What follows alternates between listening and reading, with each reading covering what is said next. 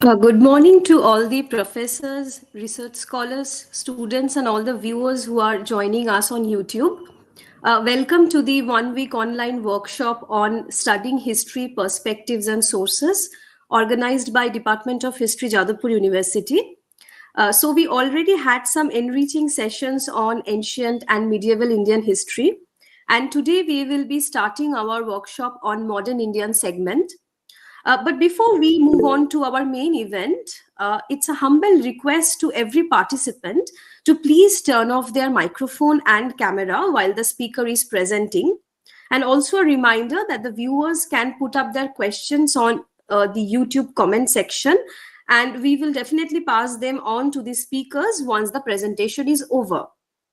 So without any further ado, please welcome the first speaker, Professor Kaushik Roy, the Guru Nanak Chair Professor at the Department of History, Jadavpur University, who also was a Global Fellow at the Peace Research Institute in Oslo, Norway till January 2023.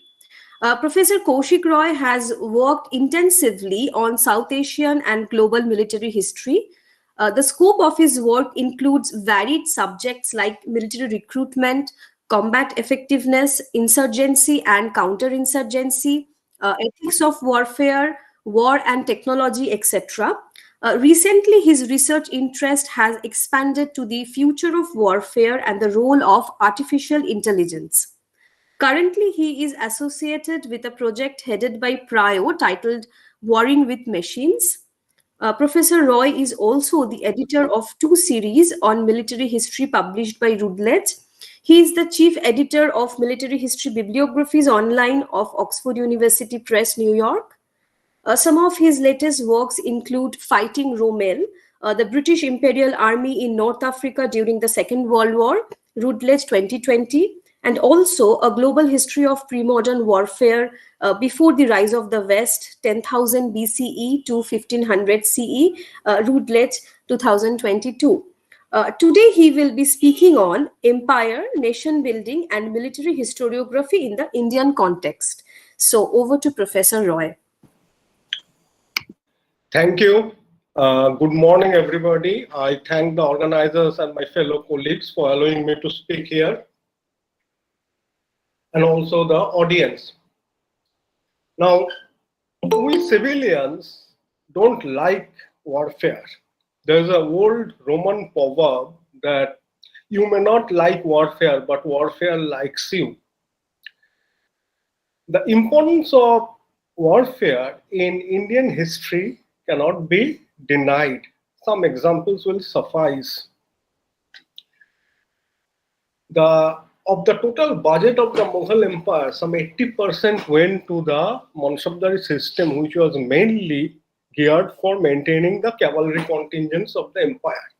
Even in peacetime, the biggest item of expenditure in the Raj's budget was the army. Some 33% of the budget of the British Empire in India went to the army in peacetime. Army was also the largest government employer in Indian history. For instance, in British India, army was the biggest employer, and in Nehruvian India, after railway, army was the second biggest government employer. Several identities, as we think, which are commonplace, like the Gurkha identities with their kukri and cap, the Sikh identities with turbans, and even the baddest of bad of all identities, patriarchal male aggressive identity, to a great extent are the creation of military service and warfare. Generally, in Indian academia, military history is regarded as a pariah. There are several ideological and instrumental reasons for it. One, Indians believe that they got independence through the Gandhian model of non-violent struggle, mass struggle. And that paradigm provides legitimacy to all the political parties, major political parties of post-independent India.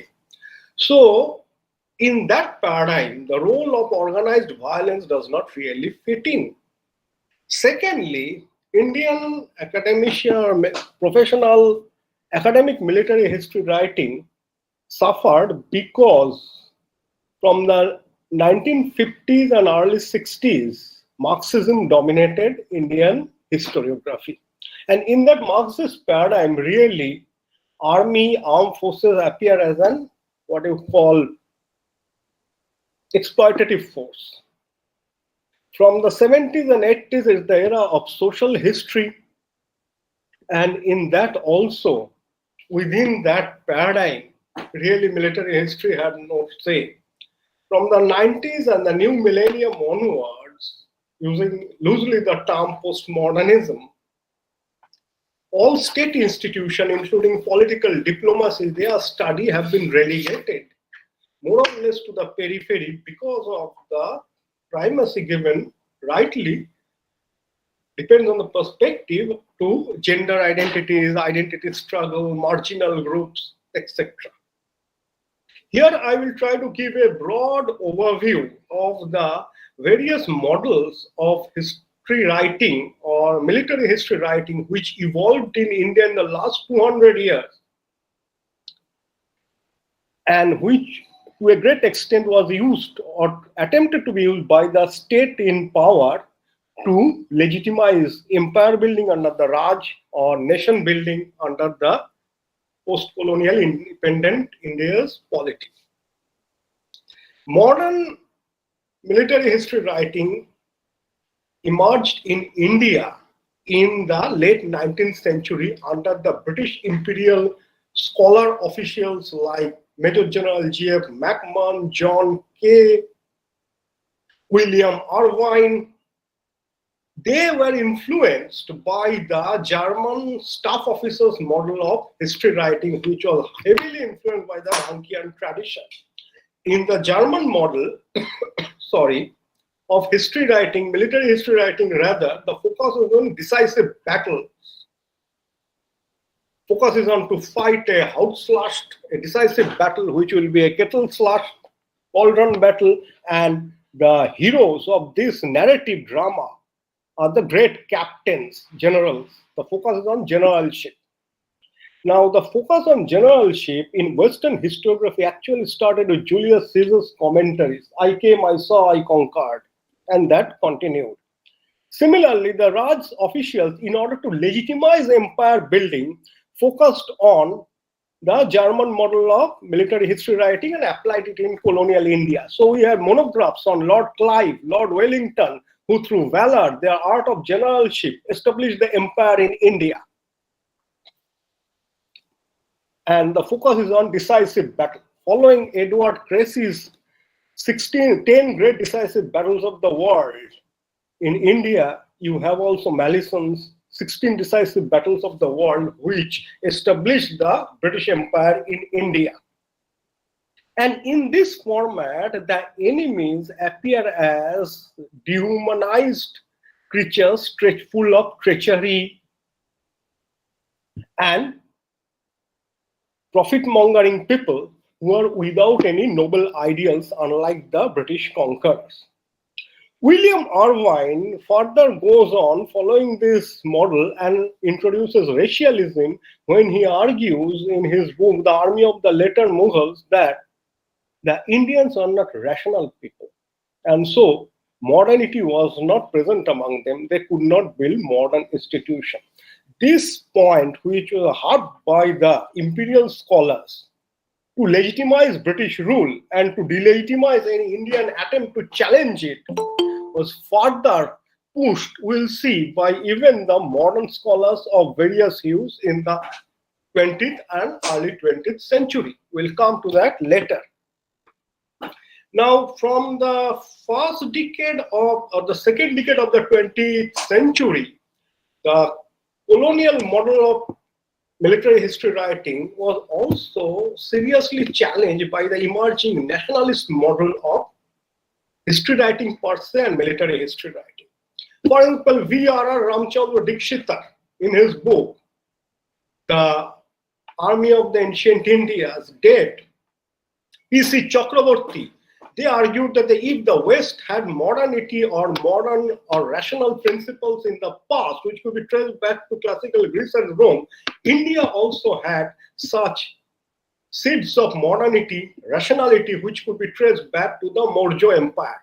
So, like the Roman Empire, the Maurya Empire also had a centralized bureaucratic hierarchical administration. So, like the Roman Empire, the Maurya Empire, and later the Gupta Empire also had a standing army which was capable of fighting decisive battles and important sieges. The Indians, argued this nationalist historian in the 40s, 50s, were capable of building not only centralized bureaucratic states, but also strong modern professional armies. This nationalist historiography later degenerated into a sort of majoritarian history writing under R.C. Majumdar and all this, where the argument goes that rationality was replaced by irrationality when the Muslims came to India from the medieval age onwards. For the right-wing nationalist scholars, then you have what you call as two stages of invasion. The first was the medieval Muslim invasion, Islamic invasion. The second stage was the British invasion, and both destroyed the Hindu sense of rationality and the progress which the Hindus are making from the golden age towards modernity. So that functions as an interregnum in Indian history, which also created obstacles in the path of quote-unquote Hindu nation building. That's the more or less paradigm. From the 60s and 70s, the what you call social history became important in the Western academia. Indian academia is just responding to the shifts in the Western academia 5-10 later after the trends are appearing in the Western academia. So it's a sort of time lag concept. Now, once in social history became important in Western academia, in the Western circle also emerged a new model of history writing, military history writing, that is known as the war and society approach. Similarly, in India also, from the 80s, and we have a model about the war, armed forces, and society approach for studying Indian military history. Now, in the war and society approach, the focus is not on great generals, the focus is not on great battles, the focus is not on decisive sieges. Rather, the objective of the war and society scholar is to study and analyze the social fabric which spawns the armed forces as an institution within it, and how the social fabric influences the structure and functioning of the coercive instrument of the state. So the social historians are focusing on what you say as the contextualization of the institution, army, armed forces within the social metrics. Now, obviously, the war and society scholar to a great extent are influenced by E.P. Thompson's cultural Marxism, and in India it also has its ramifications. One American political scientist, Stephen Peter Rosen, in his monography argues that in India, a modern professional armed forces never emerged in history before the coming of the British because of the Indian society. In other words, caste system debilitated all efforts to create a modern professional standing army and a centralized bureaucratic state. Now, what is important is that Rosen is linking lack of modernity, lack of rationality in Indian military history with caste. But the conclusion is same as that of the imperial scholars, that the Indians lack rationality in history, Indians lack modernity, elements of modernity in history which were introduced in India by the British Empire. Following Rosen, another American political scientist, Steve Cohen, he argues that a professional officer course was created by the British, and they were able to create it because it was an alien regime which was separated from the social influence of the caste-ridden Indian society. Compared to it, Steve Cohen warns that once the British had left India, then due to the presence of debilitating caste system which was spreading its tentacles all around the nation state created by the British, India is again degenerating or going backward towards the irrationality model. Now, in all these models which we are arguing, there is a strong sense of Whiggish notion of progress, that society progresses for ancient, medieval, modern, and there's a linear teleological sense of progress, which are to a great extent very disturbing. Now, several Indian scholars attempted to use the Warren Society model in a slightly twisted manner, which actually strengthened the case of Indian nation building after 1947 to a great extent. Now, from the 1970s, there is a shift in the mentality and attitude of the people towards the state. In the West, it was the Watergate scandal and the Vietnam. And anti-statist tendencies are becoming quite powerful in the 1970s and early 1980s in the Western societies, especially in USA. So historians are also shifting away. They are following the social history approach away from the study of elite and statist institution to something about the broader aspects of the society. Now, this has its ramifications and influence also military history writing. One example is John Keegan, The Face of Battle, which is a paradigm shift book. In that book, Keegan shifts the focus away from Napoleon, Wellington to the common soldiers, nameless, faceless common mass of the French Grand Army and the British Army who fought at Waterloo. Keegan asked that why men fought, and Keegan concludes, he was a teacher at Sandhurst Military Academy of Britain, that men do not fight for macro ideas like nationalism, etc. In fact, Keegan goes on to argue that men do not like to fight at all. They are kept in the field of fire because of the harsh disciplinary infrastructure and also because of a sense of fellow feeling with other common men, which is also known as the buddy feeling, or in sociological terms is known as primary bonding. Now, once that's done, in the West, people started following that Keeganisque model.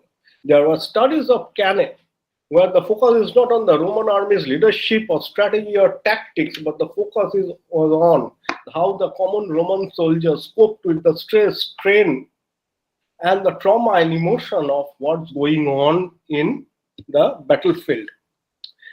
To an extent, this Warren Society model, in a different manner, which is moving away from the statist framework, also influenced Indian history writing. Now, there's one important book on 1857 uprising or mutiny by Rudrangshu Mukherjee. It's not a military history book, Out in Revolt, where the history from below or that perspective is used with great effect. In that volume, the nameless, faceless common soldiers, the Bengal army sepoys from Bihar and Awadh, high caste Purbiyas or Pandits, they became the focus of attention for the author. Mukherjee does not pay much attention to Nana Sahib or Tatya Topi or Rani of Jhansi, who were the heroes of Indian nationalist historians leading the first freedom struggle, trying to fight colonialism. Rather, Mukherjee shifts the limelight on the nameless, faceless common mass from the villages of Bhojpur region of what they were trying to do, how they were conceiving the world, and for them the world was turned upside down. Now, there is a problem in writing history from below for Indian military history. There are several reasons for it. One, most of the nameless, faceless common soldiers who had served in the Indian armies, they really were illiterate people. The West was a much more literate society. For example, about the Battle of Maldan also there were sources, but in India, once we move away back from modern to medieval ancient, about the sources of the common people, they really become almost unavailable, which I think the ancient and medieval historians will also agree. For example, there is only one account of the medieval soldiers of the medieval period of India, Dattu Sarvani. There is nothing else. But in West, the scene is completely different. Moreover, in India, sources from below or indigenous sources became available about the common people, by the common people, for the common people, only from the First World War onwards. Before that, it's almost blank or zero. So even if you want to highlight the role of the common people, you are not able to create or recreate the construction of their physical and mental universe. Now, to a great extent, literature or drama provides the context, but they needs to be cross-checked with the accounts which are written by the perspective, and that's missing.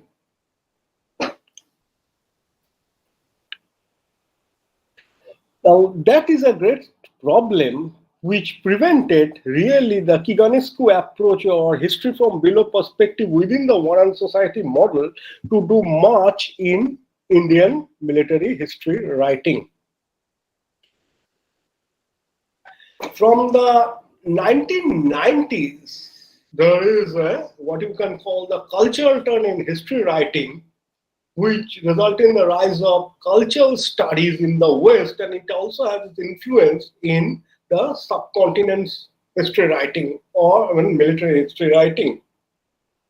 The cultural turn in the West resulted in the use of literature, drama, the non-traditional sources, and the focus is no more on state, diplomacy, politics, or the white males in the corridor of power, but on the marginal groups, on gender identity, on identity politics, on the structure of language and whatnot.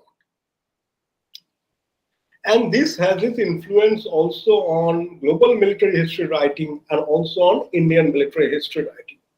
And the global military history writing, one example is Joanna Bork, who in her studies of fear, men in combat, tries to analyze race, sex, power, manliness in the construction of the martial identities.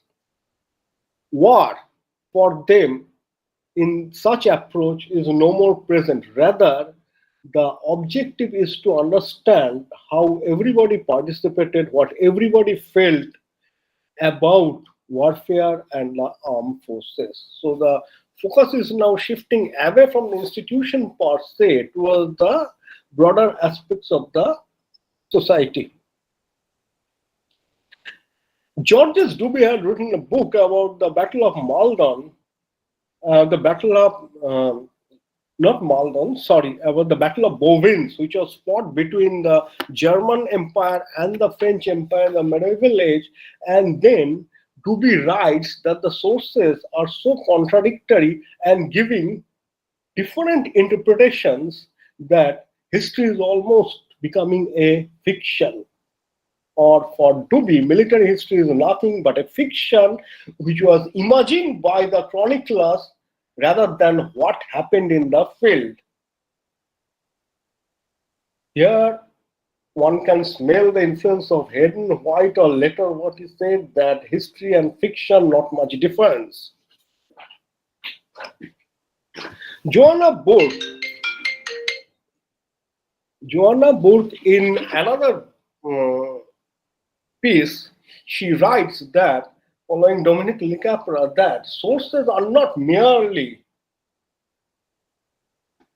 a text is not merely a source of information, rather a text is how it was imagined, what has happened. So it's a swing of the pendulum about not really Rankian tradition of history records, what had happened actually, and now it is what the chroniclers thought actually happened. So we may not able to decipher in this paradigm what actually happened, and here sources takes a secondary position. Now this war and culture model, both in India and Europe, has something to say which is similar, strangely, to the argument of the imperial school. Take, for example, Jeffrey Parker's Global History, the history of Western warfare, where Parker and his team, and the volumes published from prestigious Cambridge University Press, he argues that scientific, rational, secular way of war making emerged in classical Greece, further developed in Rome, continued in medieval Europe, flowered from the age of Enlightenment, and reached its logical culmination in 20th century Britain and 21st century USA. So for Jeffrey Parker, there is a linear trajectory of progress in Western warfare, rationality, scientific thought, elements embedded in it from classical Greece 600 BCE to Vietnam 1970s. It was the same model of Edward Creasy and of McMahon. Parker and his team is dividing the world into two paradigms, into two divisions like Herodotus, Orient and Occident, where the Orient was inferior, treacherous, immoral, incapable of building strong polities and states, waiting to be conquered by the rational, bureaucratic, scientific Occident. So despite the use of cultural history term or categories, Parker's conclusion are not much different from that of the imperial British scholars who were writing in 19th century. What appeared as race for the British imperial scholars of 19th century, McMahon, K, and in 17th century, Robert Ohm, 18th century, Robert Ohm, it was used as a culture. We'll come back further to the use of cultural model in South Asia. Now,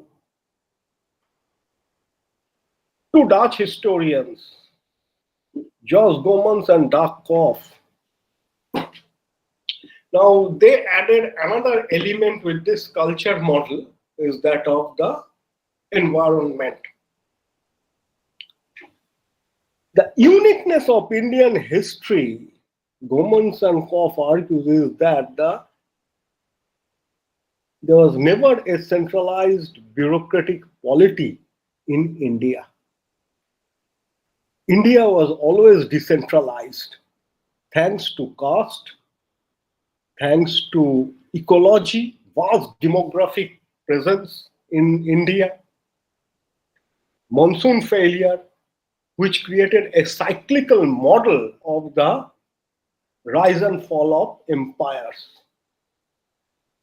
Decisive battles and decisive sieges never occurred in India for them because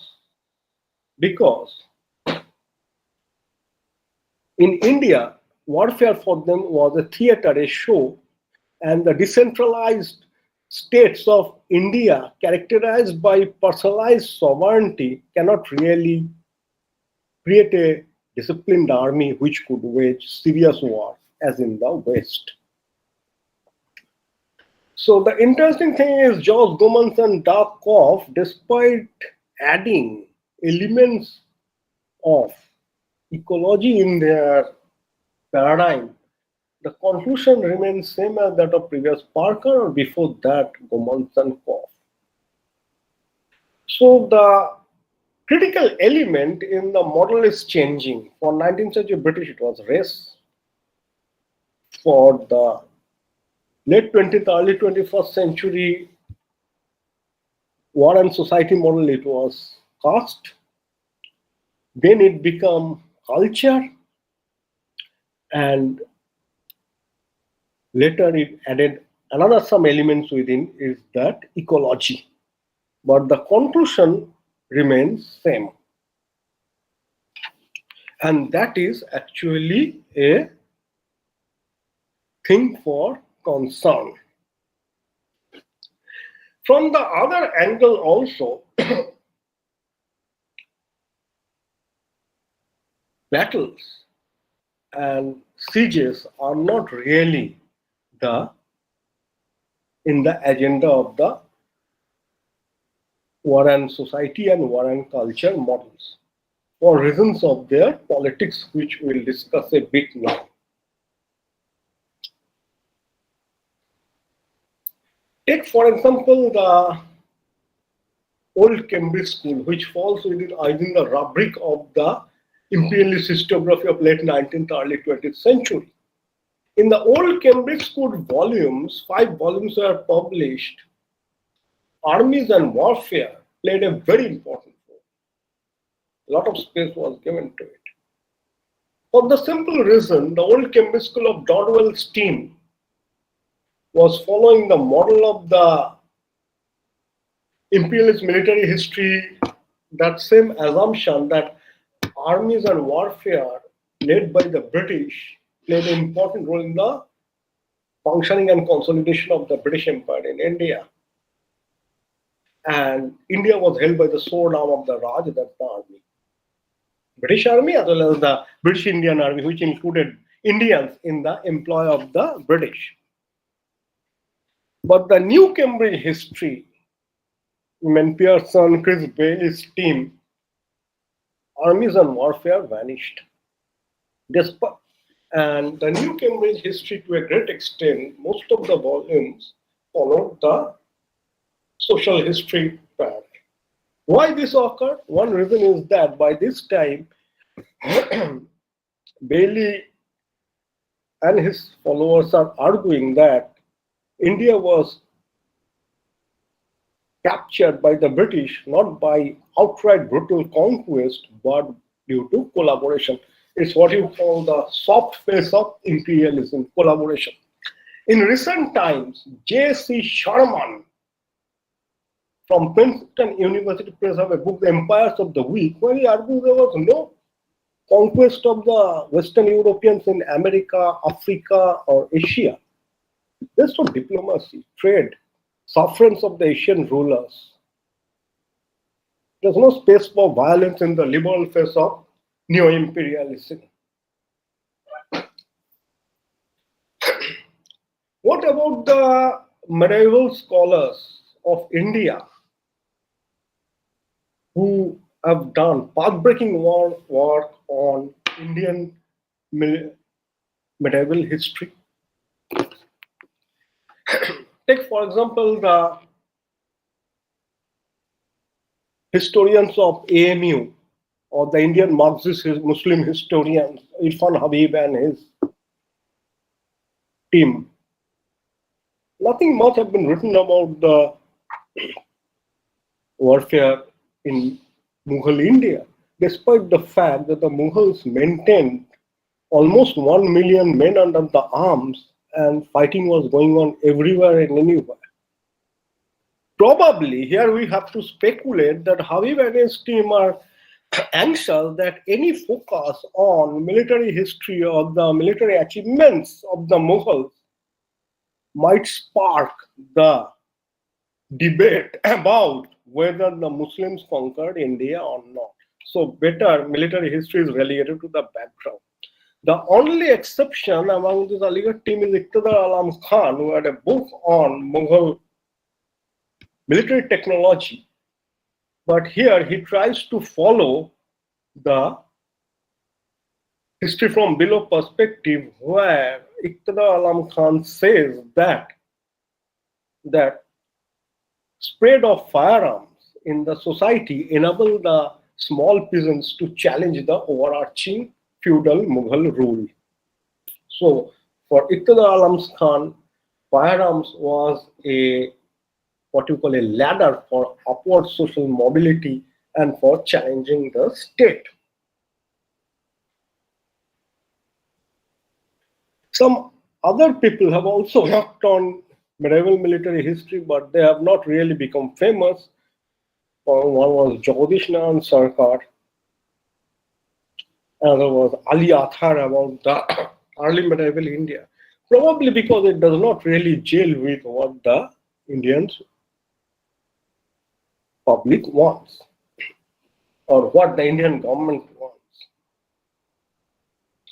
Now, I, being a modern historian, speaking about ancient and medieval, I am taking the liberty because I am giving an overall perspective. The aim is not to say anything final, but to provoke thought. Now, following the Warren Society model, if we go further back into ancient India, nobody speaks about an quote-unquote Aryan invasion. That's a hot topic among the not only historians but archaeologists all over. We are taught in the schools that there was no Aryan invasion. In fact, here is something of importance. Both the extreme left wing and extreme right wing, or both the extreme liberal and extreme right wingers agree that there is no Aryan invasion, because the question of Aryan invasion might open up fault lines even among the minority community. We are told in the schools that Stuart Pigon and others, Mortimer Wheeler, they are wrong in arguing that chariot-born Proto-Indo-European speakers conquered India. There was no invasion. It's a language, Aryan, and it's just an intermixture. Trade, slow migration, and there is no archaeological evidence about an invasion, etc., etc. Now, there is a strong debate in the West about the Aryan invasion of Eurasia, or let's say the Aryan conquest of Eurasia. Eric Klein and Robert Bruce are the two most proponents of this line of thought. What I am arguing is that you don't have to accept what the school is saying, but the whole existence of that school is denied in Indian historiography for the simple reason: if there is a really quote unquote some sort of Aryan forcible intrusion or PI speaker intrusion into North and West India, then it challenges the dominant Hindu line of Hindus being a unitary, homogeneous community. And it also disturbs the secular line of the other war and society or social historians that there has been a PI invasion, then there was an Islamic invasion, then there's a British invasion. Indian history is then full of invasions and invasions, which the imperialist historians are always speaking from 19th century. And about the Islamic invasion, both war and society and later the war and culture models push those identities or those disturbing facts back into the periphery. Muhammad Habib, it started with him when he said that there was no Ghaznavid or Ghorid invasion because, or rather, what happened, Islam came and was accepted by the Indians because it was propagating social equalitarianism ummah rather in the caste divided society. The Rajputs collapsed not because of the military might or the military power, but because of the caste structure. That's what we have seen Stephen Rosen was also arguing, the classic one society model. In recent times, the latest book which comes to mind about the society people or the culturalist historians arguing is that of Scindia Talbot, where he says that Prithviraj Chauhan was not fighting so much against the Turks or Muslim Islamic Turks, but he was fighting the other Rajputs. And Talbot says that my aim is not to show the Hindu-Muslim struggle, but how the Rajput clans were fighting among themselves. So the Hindu-Muslim binary is pushed. It should not be at all studied. And if it's not studied, I am not saying there was a binary was present there. Obviously, there is no space for studying wars and campaigns. Similarly, the latest updated work of synthesis by Richard Eaton, where he speaks repeatedly of synthesis between the Turkish warlords and the people within the subcontinent, and there was only a bridge of culture, but there is no what is called combat. It is at the extreme end of the swing of the pendulum. Now we go to the other end. The Indian nationalist historians, they may not like to speak about the quote-unquote PIE intrusion, but they are eager to speak about anti-colonial struggles in the British period, which helps the provides the legitimacy of the post-colonial state. If Gandhian mass struggle of this Indian nationalist historian, which includes also Marxist and non-Marxist, provides a model for independence, then is the second independent struggle, while the first independent struggle was led by the Indian leaders, both Hindu and Muslim. You have the Begum of Awadh, you have the Rani of Jhansi, you have Tatia Topi, you have Nana Sahib, you have the Nawab of Farrukhabad. So it's excellent. It fits the format of the Indian nation builder. You have a secular caste, Hindus and Muslims together. You have a gender equality also, the Begum and the Rani. On the other hand, you have the Nawab and the Raja, and they led the first war of independence. Irfan Habib, in fact, goes on to say that almost a popular struggle was occurring in Awadh. Rudrangshu Mukherjee agrees. For Tapti Roy, a popular struggle in central India. The big question is now, if such a popular struggle occurred, why the British rule survived? That's the crux of the question. How many British soldiers were there in 1857, 1859 India? Max 42,000. How many Indians were fighting for the British?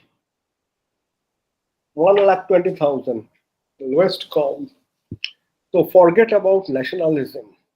Unfortunately, it seems to point the way of the imperialist scholar, the Indians had no nationalism. Similarly, the nationalist and the society scholars, social historians have highlighted the role of the Indians during the interwar period in conducting mass struggle.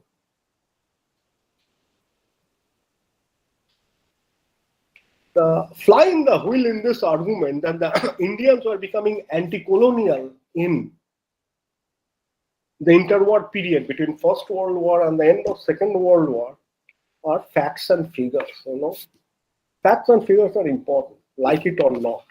For example, 1.2 million Indians served voluntarily in the First World War, 2.5 million served in the Second World War. The Indian Army in British period was the largest volunteer army. How do we fit it with the nationalist paradigm? We can't.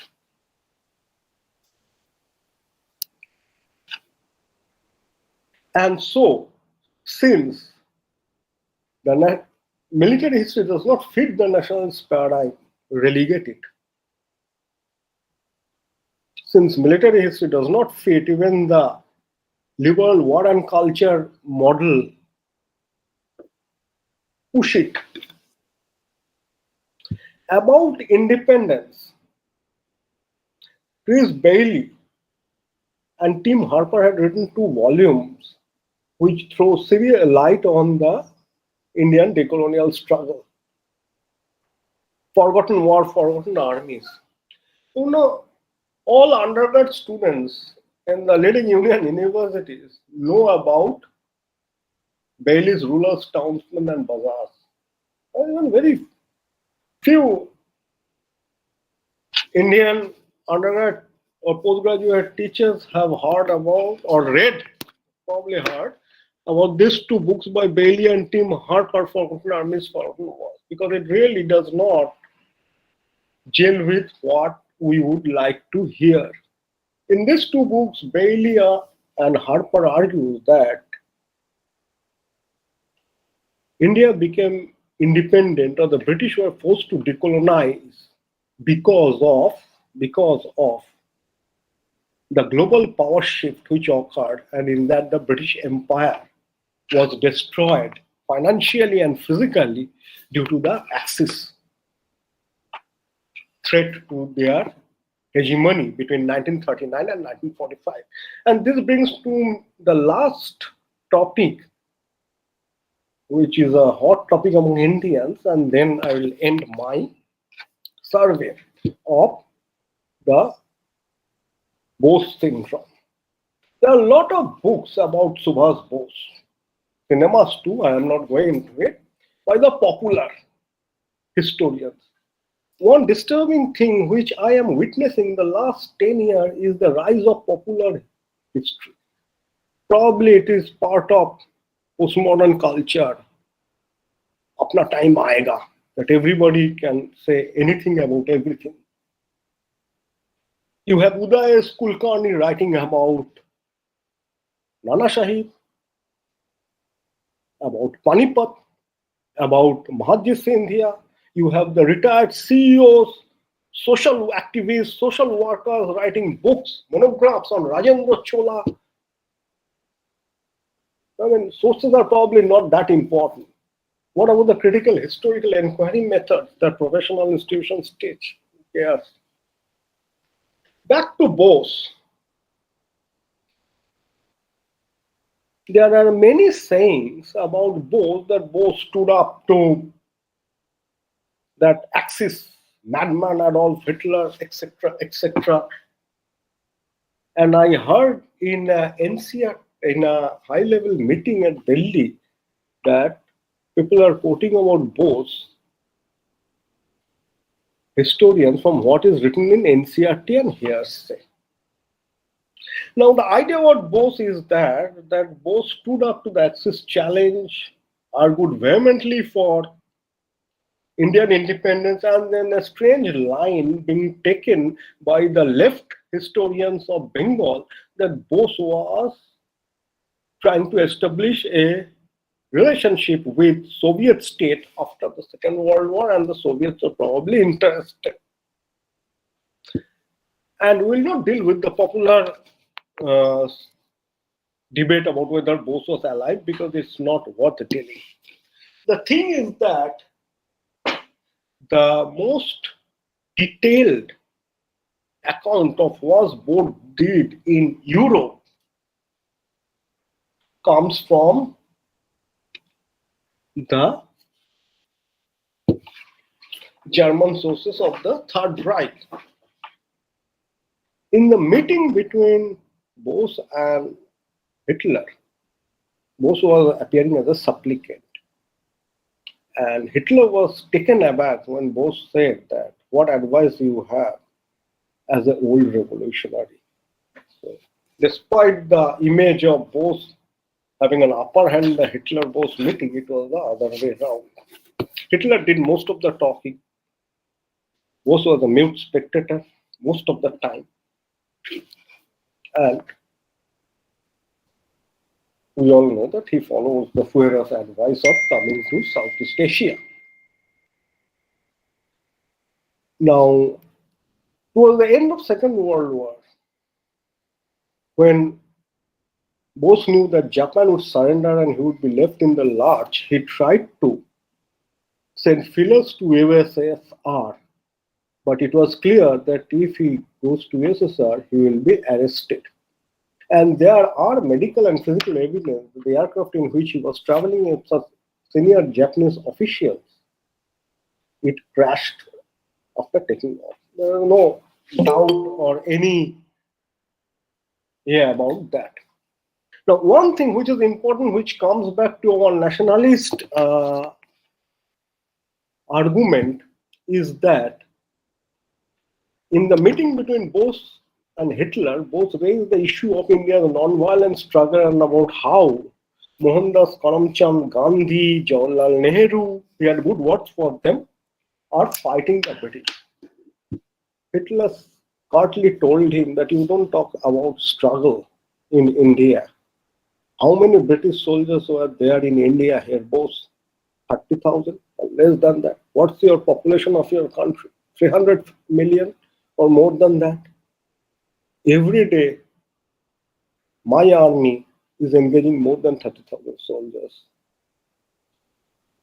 Like it or not, then Hitler said that I don't know whether I will survive the war. But one thing is certain here, Bose, British Empire is finished. That line indirectly is pushed by Bailey and Harper in their two books. Obviously, it will not help such a line of reasoning or argument, the Indian nation-state building. It will not help India's self-sense of greatness. It will not help also nation-state building or imperialism. That by fault, coincidence, one of the most hated men of the war was responsible of the history, was responsible for breakdown of imperialism on a global scale. To come back, as the old Roman philosopher used to say, we write what we want to hear and we think what we want to think. So history is like something like that. It depends on the context, it depends on the interest, it depends on where one is positioned. Jeffrey Parker in a recent book has said or implied stupid is the environment which determines human history. I may quip Parker and change it and say that stupid is the politics which determines what we are going to read and write about history. And what is the future of military history in a few minutes and then I end. Technology history, which was relegated to the background by the war and society and war and culture approach as nuts and bolts history, are making a comeback in the West. In the West, technology history, like science fiction, are always common, unlike in India. Probably because India is an agrarian society. That's why science fiction also didn't take up much in India. Now, we Indians still don't have Society for History of Technology, short, which most of the countries, Western countries have. Now, what is happening at the end of, by the end of 20th century and the beginning of 21st century, that what historians call, we are in midst of the fourth industrial revolution. The first industrial revolution based on cotton textile occurred around circa 1770. The second industrial revolution occurred in the late 19th century, Germany, USA, Russia, about iron steel. The third industrial revolution in the 40s and the 50s based on oil and nuclear power. Now we have the fourth industrial revolution ongoing, which is based on information, data, which is functioning as a fuel, which has changed oil as the principal tool of power. In 2017, the world produced more data than it had produced in the last 10,000 years. And along with data and increase in the computational power of the processors, what the Western scholars are called, we are in the age of artificial intelligence, machines which can act, think, and could think better than humans. I'll give you an example. The smartphone has bigger memories than the human brain. And several scientists like Nick Bostrom and others are arguing that a super intelligent brain is not that far away. It's no more a chimera. At the ground reality, what's happening is that machines are taking over more and more, not only in the actual fighting, but also command and control system. Not only China, USA, Russia, but India is also building a battle management system, which will replace the commanders or mid-level senior officers in the conduct of war. Along with the big powers, India also have several types of robots, UGVs, unmanned ground vehicles, UAVs, unmanned aerial vehicles, micro drones, and unmanned surface vehicles.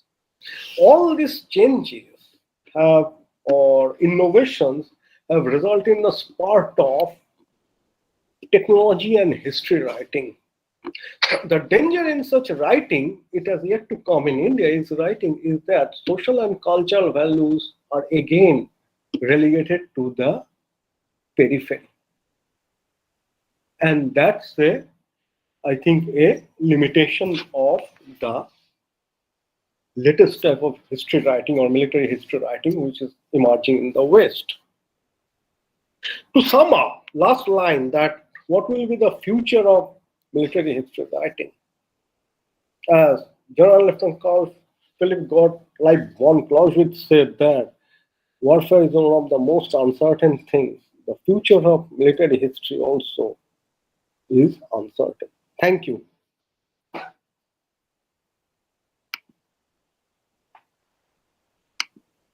Thank you, Professor Roy, for this insightful talk about the recent trends in military historiography.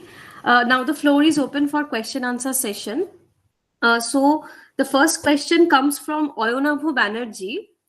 He's saying that, could you talk more about the dynamics of why Indian POWs actually joined the Azad Hind Fauj or INA? And would you identify the INA struggle and its existence as truly nationalist? Yeah, thank you for the question. Many Indians joined the INA because they realized they will get better food and medical conditions, facilities once they are in the Azad Hind Fauj. Otherwise, the Japanese were sending those Indian soldiers who were unwilling to join the INA to Buna, Bougainville, Guadalcanal, and the Solomons for back-breaking work in the airfields and in building bunkers where they are without food and medical assistance, they were dying. So it was a survival strategy for them. And after joining the INA, when they got the chance during the Imphal and Mount Popa campaign, they surrendered in droves to the British. Now, it does not fit really with what we would like to hear, but that's what for most of the reality was. Now, of course, there was a minimal hardcore within the INA, and many civilians from Southeast Asia also joined, Indian civilians who were nationalists. But most of the POWs, for them, it was an opportunist survival strategy to survive the war by joining the Japanese inspired Indian National Army. What we don't know much about is that besides the Indian National Army, we have also the Indian Legion, which was established by Subhas from the POWs captured by Rommel's army in North Africa. And those POWs, Indian POWs, also eagered the Indian Legion for the simple reason that food, medical conditions, they are better compared to what would available in a German ordinary POW camp for them.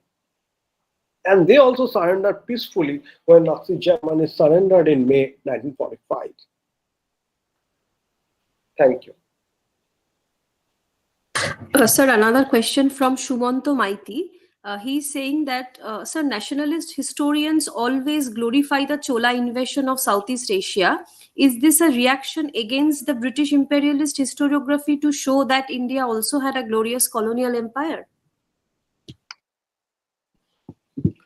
Well, there is nothing glorious about any sort of imperialism. But what R.C. Majumdar and Nilkanto Shastri and there are others trying to show is that the argument of the British imperialist historian that Indians never had a strong navy, state, or army is wrong, because in early medieval India, the Cholas constructed a super state which had a super navy which controlled the eastern half of the Indian Ocean from the Palk Strait in Sri Lanka to the Strait of Malacca. And obviously, Hindu civilization had a positive role to play in Southeast Asia. It was also not merely a reaction to British imperialism, but also to the Muslims. The audience is also Muslim, that in Southeast Asia, we colonized, Hindus colonized first, and then only the Muslim invaders came and established the Sultanate of Java, Brunei, and the states, other sultanates in Southeast Asian region. Now, this has serious implications also for later on. For instance, K.M. Panikkar, an intellectual turned historian, was quite powerful in Nehruvian closed circuit. And Panikkar has written several books where he argued that the post-47 India must build up a strong navy like the Cholas, so that eastern half of Indian Ocean could be controlled. In present times, as India goes with Quad and others and look east foreign policy and look at foreign policy, the model for the Indian hardliners that India must have a blue water navy, and the role model would be the Cholas. So Cholas have a role to play in modern South Asian foreign policy. And several Indian naval officers are very interested in it. Now, one thing I must tell to the audience, that being a civilian historian, I mostly spoke about the reception and understanding of military history among the civilians, among the service people, and especially among a section of the international relations people. Military history is a highly agreeable endeavor. Thank you. Another question from Shrutideep Mojumdar.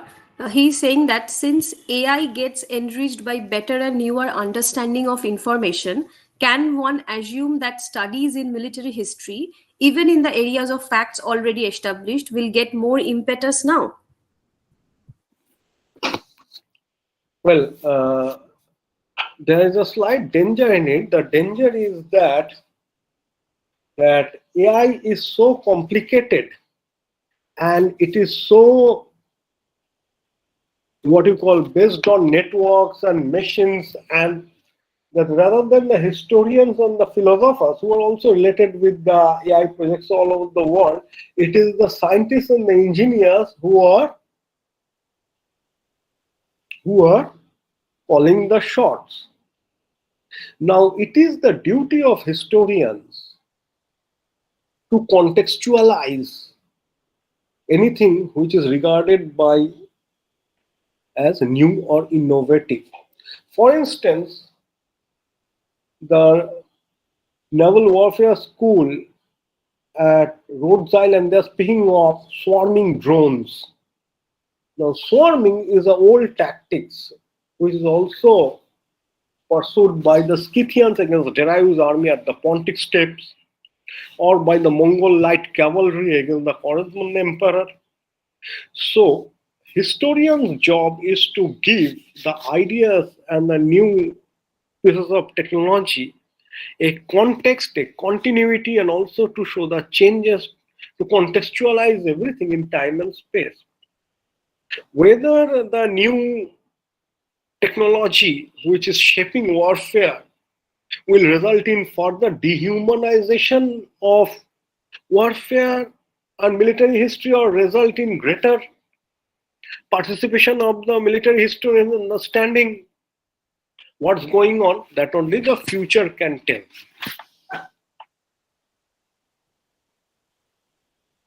Another question from Sam Goswami. He's asking that to what extent can AI generated warfare revolutionize warfare in general, and how far are we from achieving it? So believe me, we are already in midst of a revolution. Take, for example, traditionally, I'll give an example that becomes clear. A missile command center selects the targets and then pushes the button, and the missile is thrown towards that target. Now, due to the vast creation of data and due to the superior fast capability of processing those data by the computers, the target list is prepared by the computers. Not only that, from all the probable targets, the computer is telling the humans that hitting which target would be best in the considering the weather, considering post-battle damagement, etc. So from targeting to firing, everything is becoming automated. Whether we like it or not, humans have already taken a backseat in the conduct and management of warfare. Not only shooting or taking decision, but also logistics. How many materials needs to be transferred to which unit, to inaccessible areas, that also are being done by the robots. And not only by the major powers, but the India DRDO also, which has established already from the 1980s a center for robotic warfare. If you have seen the Star Wars The Empire Strikes Back, multi-legged dogs, mules, which could carry supplies, are already in operation. Even in Afghanistan and Iraq, USA has used unmanned vehicles to a great extent. In India, we have a robot called Daksh, which is an automated bomb disposal unit. Israel and North Korea have already deployed robots for guarding and patrolling their borders. In India also, there's a debate within the DRDO whether along the line of control in Kashmir we could employ robots which will have facial recognition technology and linked with a central data bank. They will immediately scan a human and find out whether he or she is a terrorist or a good fellow or not. So the world is living in midst of a revolution. and that is the AI revolution. For common people also, we don't realize how dependent we are on computers. When you go to a new city and ask for what are the best restaurants, your smartphone gives you a list. Similarly, you are not taking the decision, but the smartphone is taking the decision from the all available data. Similarly, in AI generated warfare, AI embedded warfare also, the target list and who will be shot at, how, that is also decided by what you call the combined battle management system, which is an automated machine. Gargi Mondol is asking, sir, can you explain about the command mechanism? Yeah, command mechanism about which period? I think the question needs to be more precise. She doesn't mention that. Which period?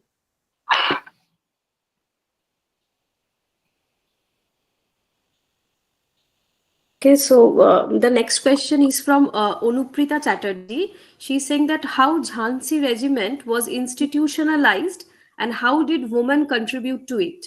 How do we understand the reliability of historical sources within modern history? About the Rani of Jhansi regiment, Subhas Bose set it up as a symbol. For Subhas Bose, Indian women are Durga-like. They should take an active fighting role, combatant, shoulder to shoulder with the men. Something which present-day society is also saying. They had Rani Jhansi regiment is comprised of women and they should fight shoulder to shoulder with men in the Indian national struggle. And Bose had a role that Indian women should be like Durga, that model. In contrast with Gandhian model, where women should follow the Sita model, Sita-like role. That's submissive, polite to the males, elder males and husband, listening to the husband, providing logistical backup and support to the husband. And women should be passive, not active supporter in the non-violent Indian struggle. So there's a difference. So both recruited women. Obviously, there are no women in the POWs. So he recruited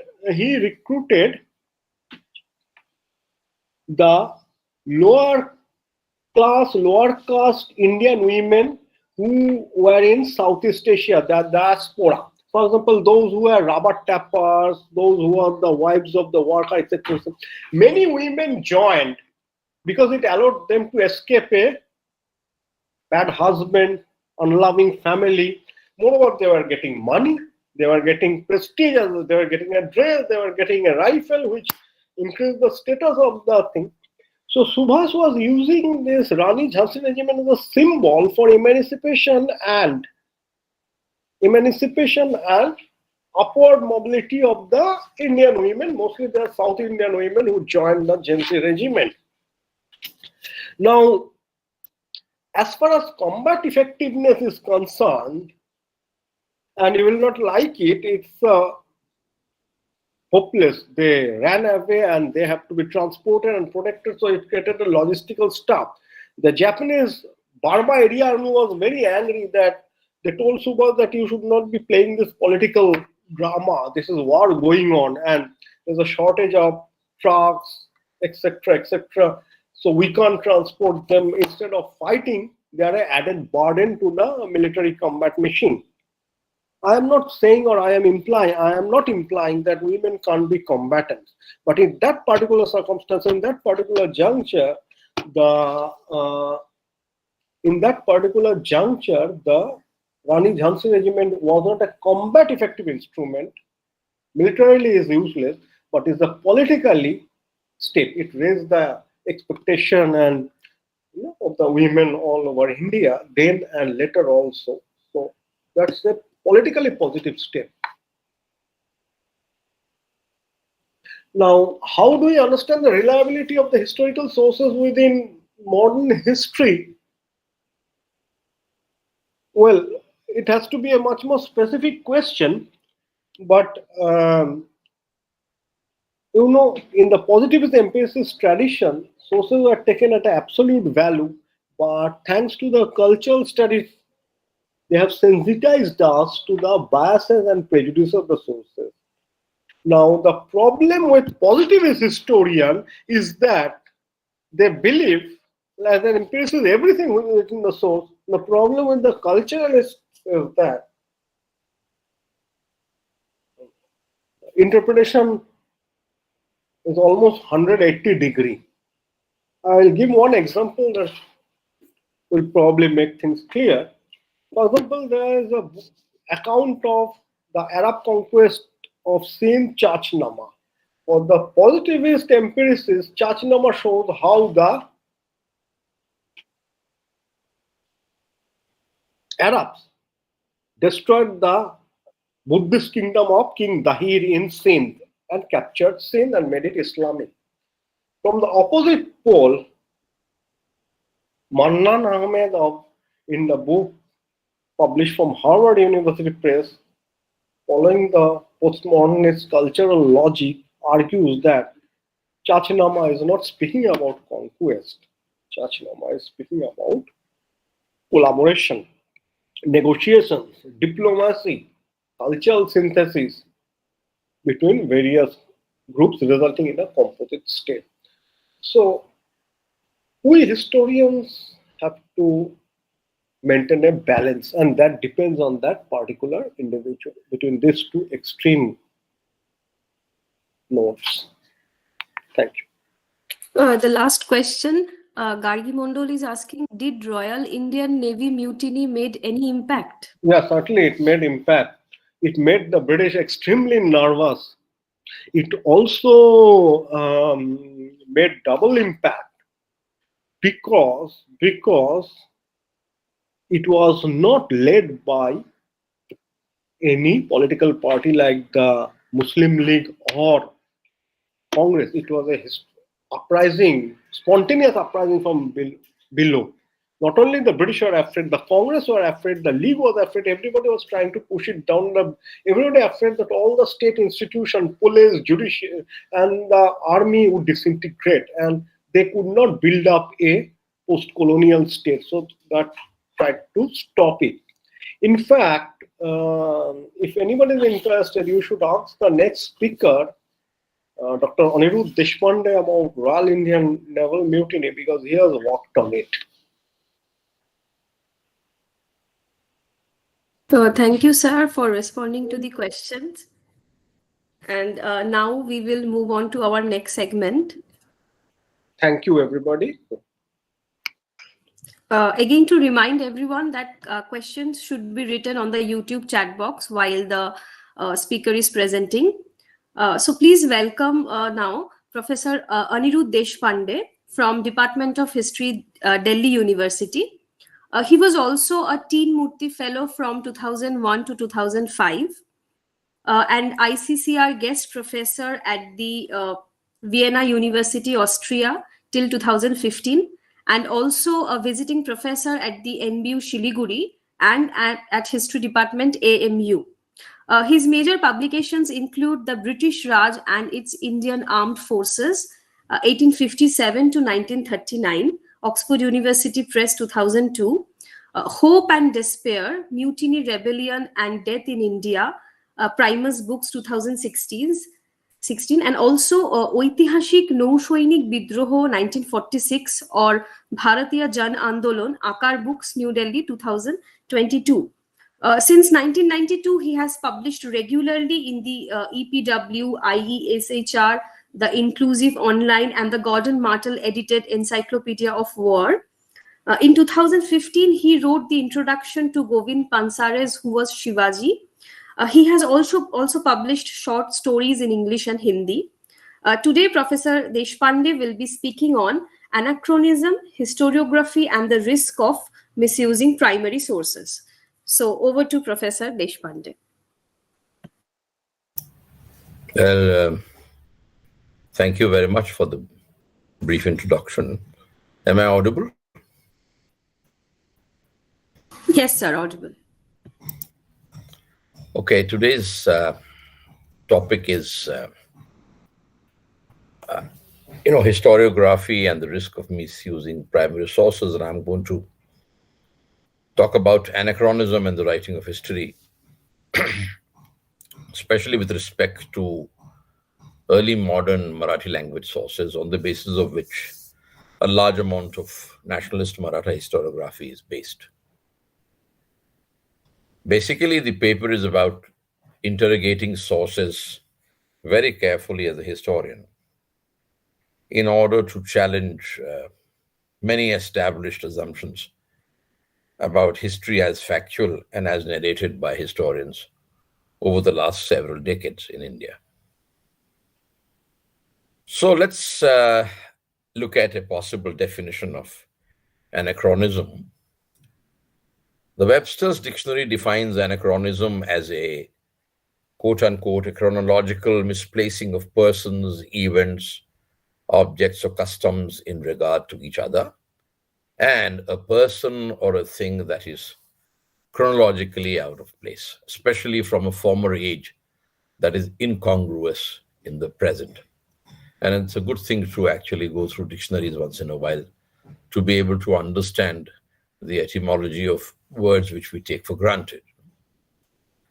The incongruity of the past and the present is a very serious problem of historiography, because anachronism in history writing often results from ideology permeating the historian's imagination. It may be argued that ideology is omnipresent in the historian's imagination and consciously or subconsciously infiltrates his reconstruction of the past. But this caveat need not detain us here. As a linguistic condition created by the vocabulary of the present, ideology sometimes erects a psychological barrier between the historian and his sources. And this essential ideological problem of conceiving the past and writing history in the present was grasped, among others, by the prescient historian Louis Namier, who warned us, as E.H. Carr quotes, that man clogs the free play of his mind with political doctrine and dogma. Given this state of affairs, we may ask whether a historian can unclog his mind and think of a past in its own terms, given the pervasive influence of the present on his mind. In the 19th century, when history became a professional discipline for the first time, the Prussian historian Leopold von Ranke would have answered this bothersome question with a nonchalance we cannot afford in our peculiar circumstances, saturated in social media narratives as they are.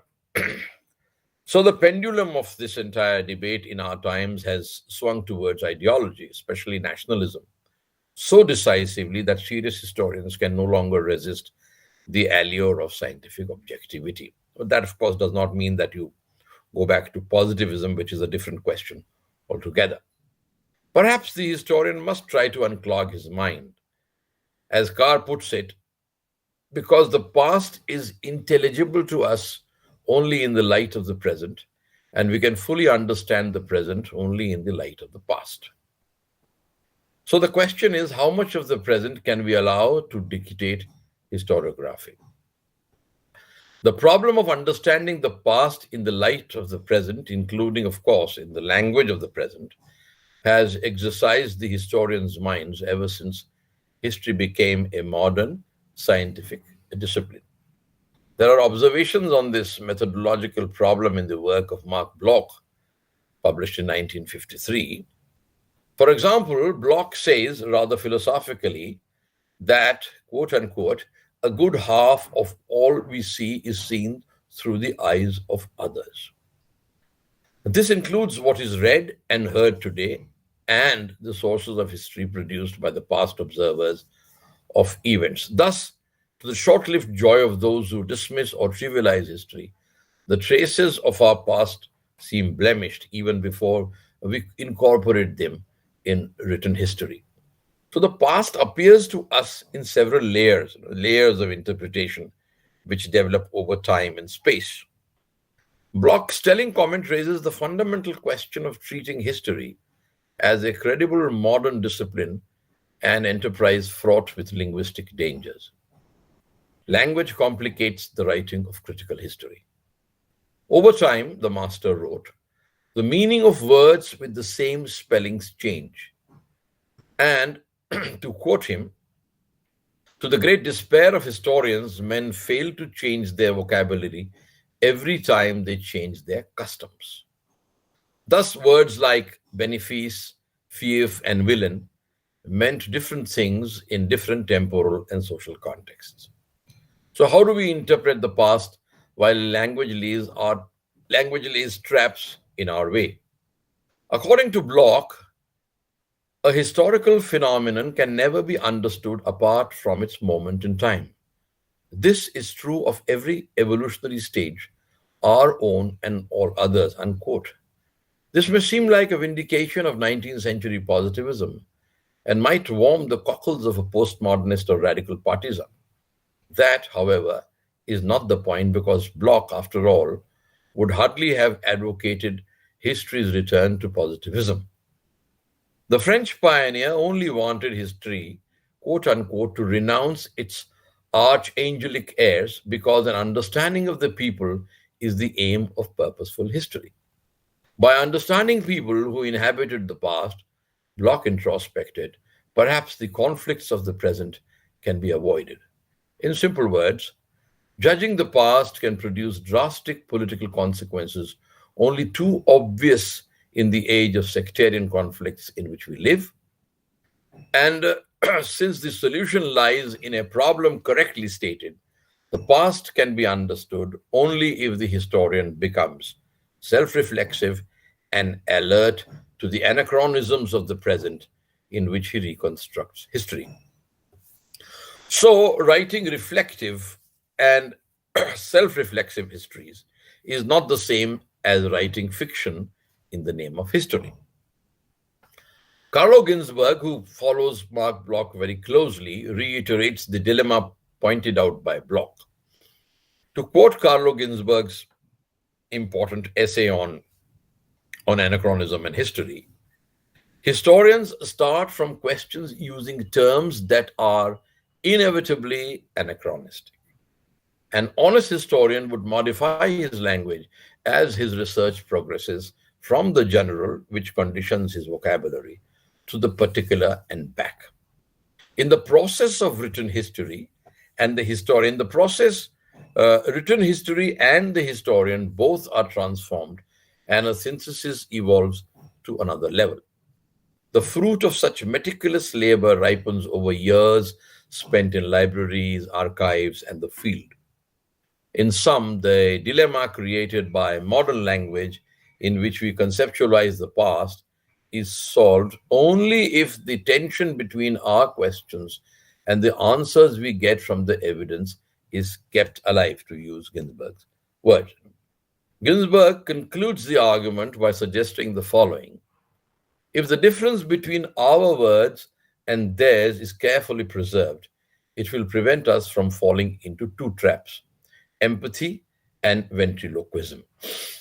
In either of these two cases, the understanding of which Bloch wrote will elude us, because after all, the historian, like his human subject, is a social being whose thoughts are conditioned by languages constructed by powers over which he has little control. And this is true. I mean, this is a point which is made by Hobsbawm, that we perform with the help of language, but the language which we use is politically constructed, and it is conditioned, constructed, changed, and formalized, maybe by the state and the institutions of society over which we don't really have much control, but we are socialized in that language. So we have to be very, very careful about the kind of words which we choose to describe the past. Further, what is true for history is also true for all humanities, and perhaps also the sciences. Language as a dynamic entity evolves in dialectics with state and society. It is influenced by social revolutions and technological change. Words travel over time and geographical distances, hybridizing languages. Critical historians assert that the Industrial Revolution transformed the meaning of several words in the 19th century, creating linguistic meanings specific to the modern world. The transition from feudalism to capitalism and to industrial capitalism transformed the European languages in numerous ways between 1450 and 1850. A forceful Marxist argument asserting this hypothesis is presented by Raymond Williams, who mentions 5 key words which underwent a change in meaning and transformed the modern understanding of society in the 19th and 20th century. So what are these 5 words? Industry, democracy, class, art, and culture. If we add nation to these words, reading inter alia, Gellner's work, Anderson's work, and Eagleton, a new imagination of the past, we conclude, emerged worldwide in the 19th century. This imagination was romantic, hegemonic, or counter-hegemonic, depending upon the circumstances in which it arose. The nation, a new concept popularized by the nationalist literates who monopolized print capitalism in the 19th century, spawned words in which the past was increasingly written in the 19th and the 20th centuries. I mean, the 19th and the 20th centuries are the most important centuries in which modern history as a subject began to evolve. History as a professional discipline, the historian as a practicing, institutionalized individual with an authorial voice in the social sciences and the field of history and in the field of historiography and in the entire field of teaching history. This is the time when these vocabularies become extremely important, and they develop a worldwide hegemonic structure within which history comes to be written in many countries simultaneously. And Hobsbawm explains why and how literacy prepared the ground for the emergence of quote-unquote national languages in the 19th century. Nationalism created the nation in the imagination of men affected by class struggle.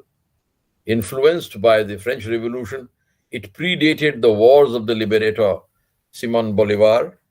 Print capitalism assisted the process by creating imagined communities. The rise and spread of print capitalism as a corollary of the capitalist mode of production was crucial to the transition from state to nation state in the period marked by the rise of the modern West in world history. In India, the transformation of print languages was wrought by British colonialism in the 19th century with salutary and some might say unfortunate consequences. Although the printing press was started in Goa by the Portuguese in 1556, it remained unimportant to the medieval Indian polities in which literacy levels were abysmal. The ruling and trading groups could get along without printing what they wrote because it was unnecessary for them to educate the mass of working people. Therefore, literate medieval Indians wrote documents. Those which survived were mostly published after 1800 CE. The absence of a bourgeoisie in medieval India postponed India's print revolution. British colonialism imported the technology of print capitalism and the language of civilization, quote unquote, which had evolved in bourgeois Europe, into India, creating a new vocabulary in which the quote unquote Western educated Indian began to imagine history. This had serious consequences for the development of modern political consciousness among various sections of Indians. The more the colonialist denied that India was a nation and could survive united only under British rule, the greater was the vehemence of the nationalist to the contrary. After 1857, due to the growth of universities, Indian nationalism and regional patriotism, the vocabulary of historiography, changed. In consequence, the quote-unquote difference which Ginsberg underlines between the words of the pre-colonial writers and modern colonialist and nationalist writers was obliterated by the contest of ideologies. Indian history was taken hostage by the exigencies of colonialism, nationalism, communalism, and caste consciousness. Bloch and Ginsberg suggest a critical reading of authentic primary sources to separate ideology and history. Allegorically speaking, the scientific historian is like a detective who arrives at the crime scene to reconstruct it by analyzing the evidence at his disposal meticulously. By analogy, like a modern surgeon, he must, to use Ginsberg's words, he must sterilize his implements. An opinionated detective or one under overt political influence will prove unequal to the task assigned by historiography.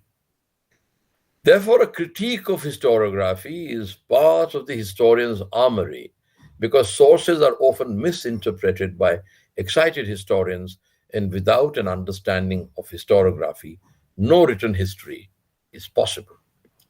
The vocabulary of writers who lived centuries ago hide the key to a scientific reconstruction of the past.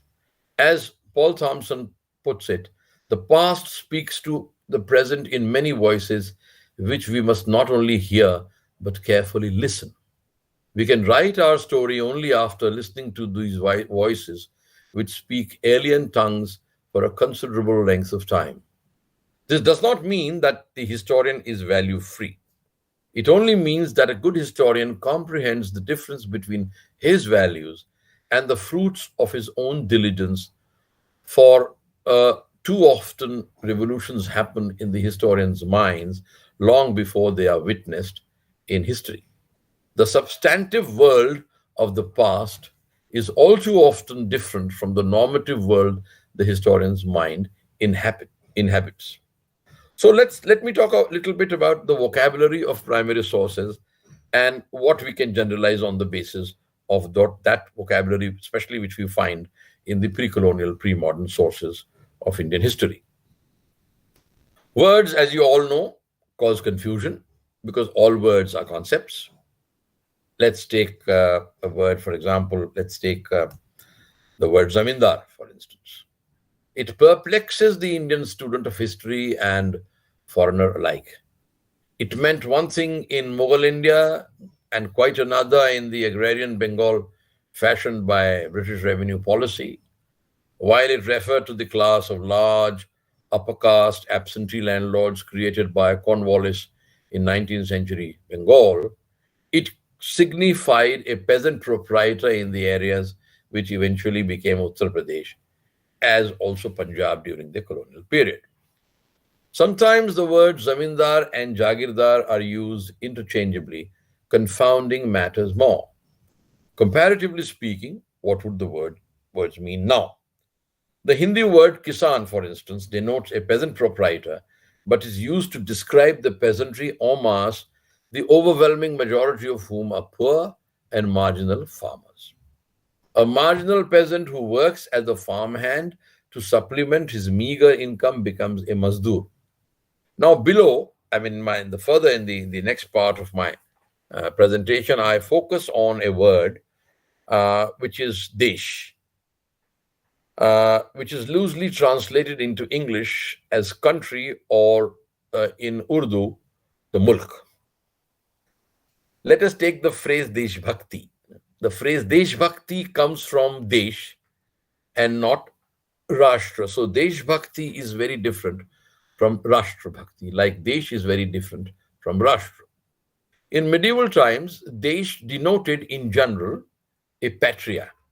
That is to use a word which Eric Hobsbawm uses in the context of the modern nation states which began to emerge in the 19th century, especially Italy and Germany and so on. Italy, patria would mean a locality, for instance.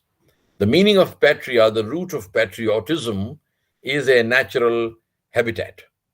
So a patriot may or may not be a nationalist, because nationalism has a certain ideological connotation which patriotism may not. The armed rebels of 1857 who swarmed into Delhi were patriots, and so were those like the Mughal poet Zahir Dehlvi, who found these same rebels, especially the Purbiya soldiers, who found them boorish, rowdy, and rustic in a cultured urban milieu.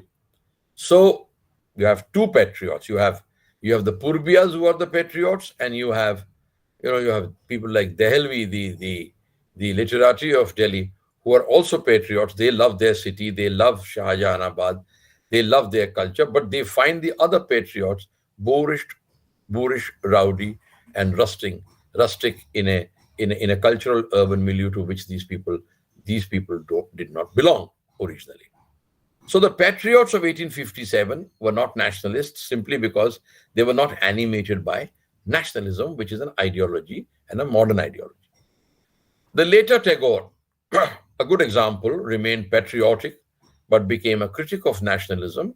And as he himself mentions, he became opposed, quote unquote, to the general idea of all nations, which in his times produced fascism, Nazism, and militarism between 1920 and 1940. I mean, this is from his book on nationalism.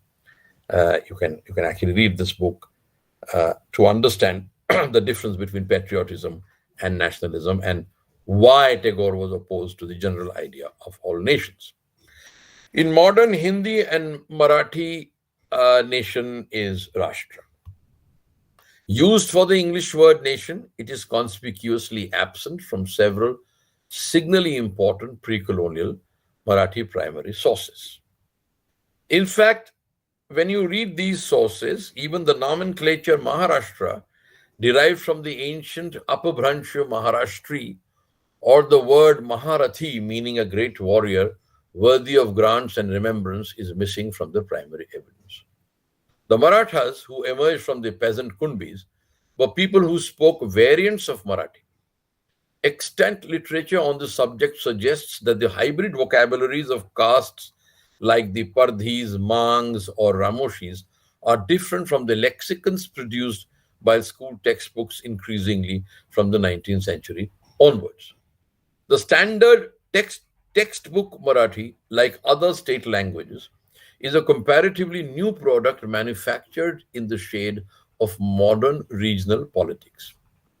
Ancient texts refer to contemporary Maharashtra as Dakshinapath or Dandakaranya. The English Deccan, as we all know, is the Sanskrit Dakshin, which meant a geographically spread area south of the Vindhyas. Here people refer to themselves as Dakhnis, a generic word. And that is how Ahmad Shah Abdali identified the vanquished of 1761 in a letter to the Raja of Jaipur, which is to be found quoted in Sardesai's work on Maratha history. In his eyewitness account of Panipat, Kashiraj Pandit, the Mutsaddi and Waqil of Shujauddaulah, uses the same word for the ones from the south of the Narmada as himself. Maharashtra Aryan outsiders. In fact, many important primary sources of Maratha history do not contain terms imposed on Maratha history by elite nationalism in the 19th century. The words Desh and Muluk are especially chosen as examples here. These appear in significant primary sources like the Bhausaibanchi Bakhar, Holkaranchi Thaili, Panipachi Bakhar, Nana Fadnavis's Atma Charitra, and the numerous letters written by Antaji Mankeshwar, the Peshwa's garrison commander in mid-19th century Delhi. Also noteworthy is that these and other primary sources were edited and published by nationalist scholars who probably subconsciously assumed a congruence between their and the source's meaning of these words.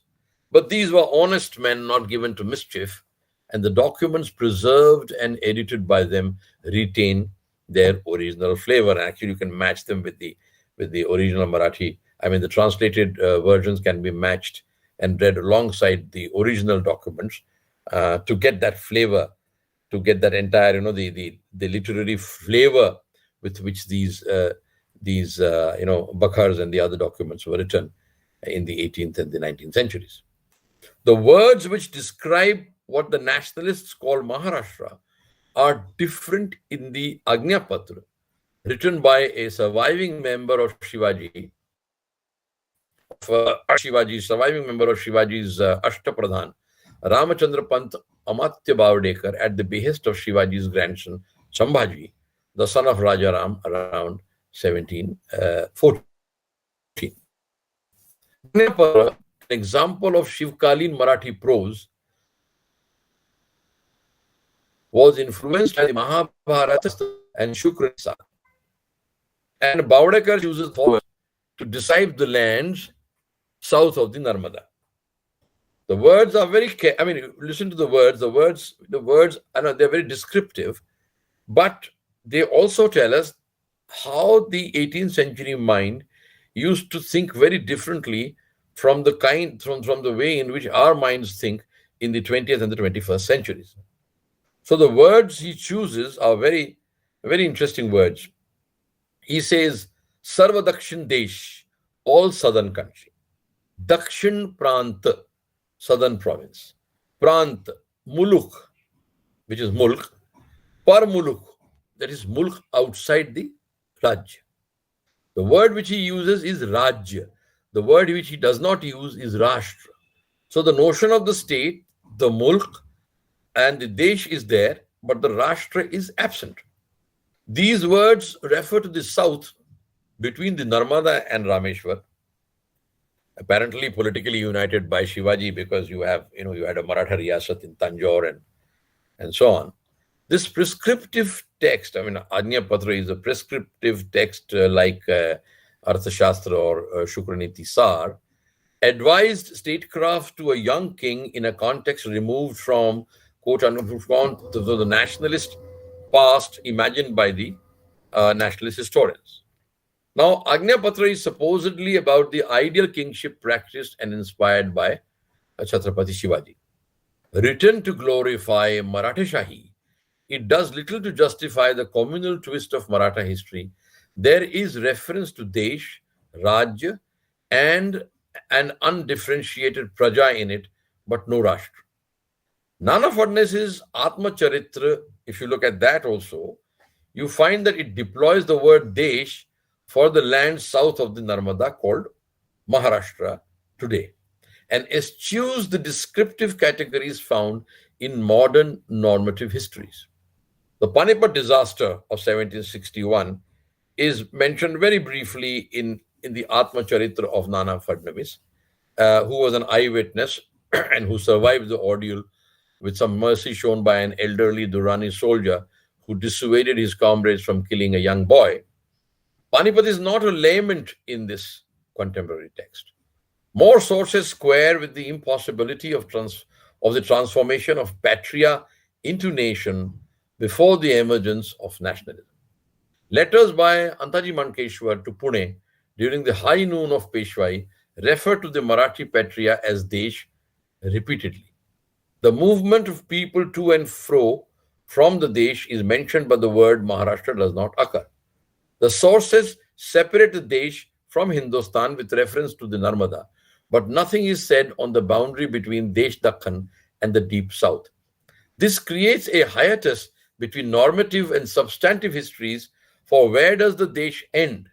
Jinji and Tanjore were Maratha Riyasats, and Karnataka had a substantial Marathi presence, but were they outposts or parts of the Desh? It's very difficult to answer this question with respect to the pre-modern sources. We all know that Shivaji's father fell from a horse and died in a place which today is in Karnataka, in fact, quite close to Bangalore. Was this part of his Desh in the 17th century? The answers cannot be sought in anachronisms.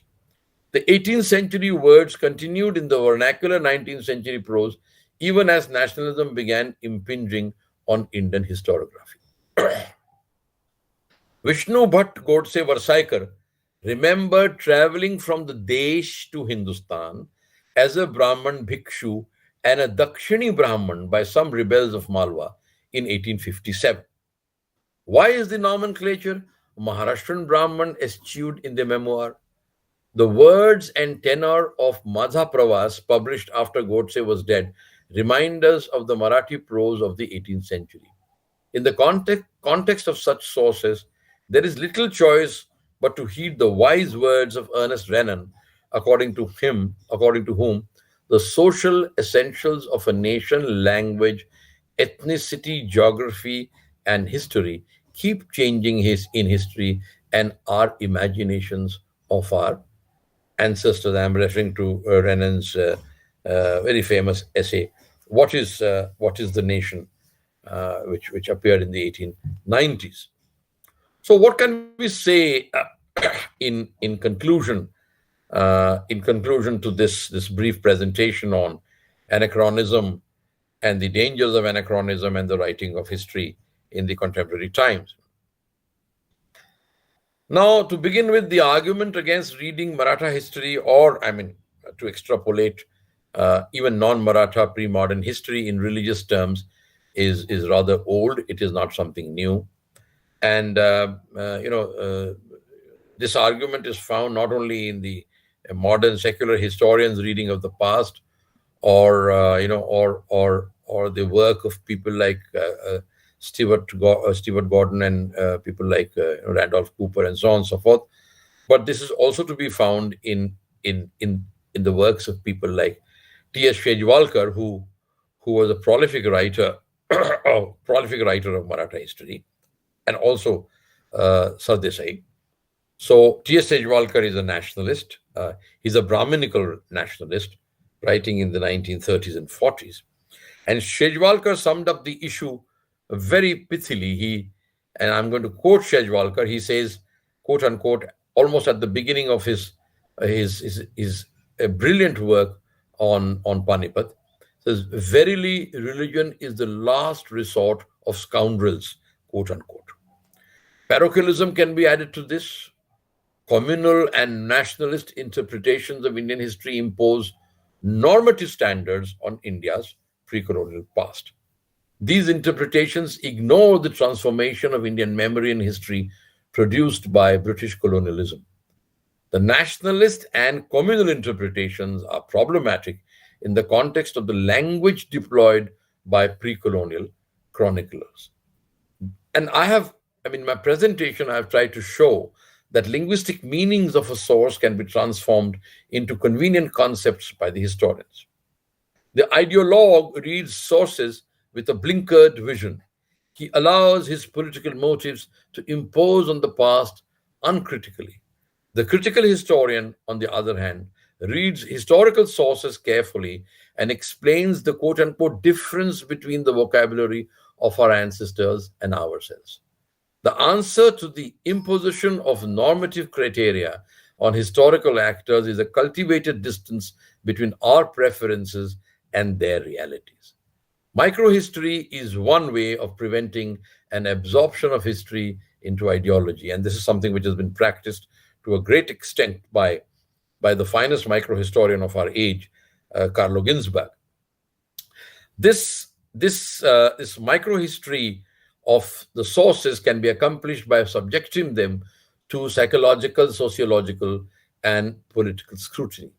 As Bloch, E.H. Carr, and Ginzburg suggest, the historian creates a synthesis between the micro and the microhistories only after years of sustained and disciplined labor, because language is both bane and solution to our search for an authentic past. To quote Mark Bloch in this conclusion, the historian speaks only with words, hence with those of his country. If he finds realities expressed in a foreign language, he must translate. As for that, there is no serious obstacle as long as the words refer to commonplace things or actions. That ready money of vocabulary is easily exchanged at par. On the other hand, as soon as those institutions, beliefs, and customs which play a profounder part in the peculiar life of a society make their appearance, the translation into another language made after the likeness of a different society becomes an enterprise fraught with dangers. And the past is a different society. Past is a different place which we visit from the present. Almost like a tourist who goes to a new country and tries to make sense of this new society, culture, and language which he is confronted with. The difference between our ancestors and ourselves is not understood by nationalists. This is something which Wilkes points out in his 2021 work. And wrenching words from their context is dishonesty. In fact, one scholar calls this nationalist mischief, quote unquote, a highly motivated, diabolical misconstruction of concepts. I'm taking this from B.D. Chattopadhyay's work on Bharatvarsha. Our ancestors also used words familiar to us, but with different meanings. They used Desh, Mulk, Dakshin, Vatan, or Hindustan, etc., unlike nationalists or poets intent on romanticizing the past. In some ways, Irfan Habib says, the consciousness embodied in these words may comprise a prehistory of the idea of a nation, which developed historically, but civilizational reference points in ancient or medieval cosmography do not comprise a modern nation. These cosmographies have existed in all civilizations, but civilizations are not nations, and nations are merely abstracted from civilizations with multiple meanings. There were things common to Indians, as Al-Biruni observed centuries ago, but such commonalities do not weld people into a nation. After all, there were commonalities in European Christendom, but European nations are clearly modern.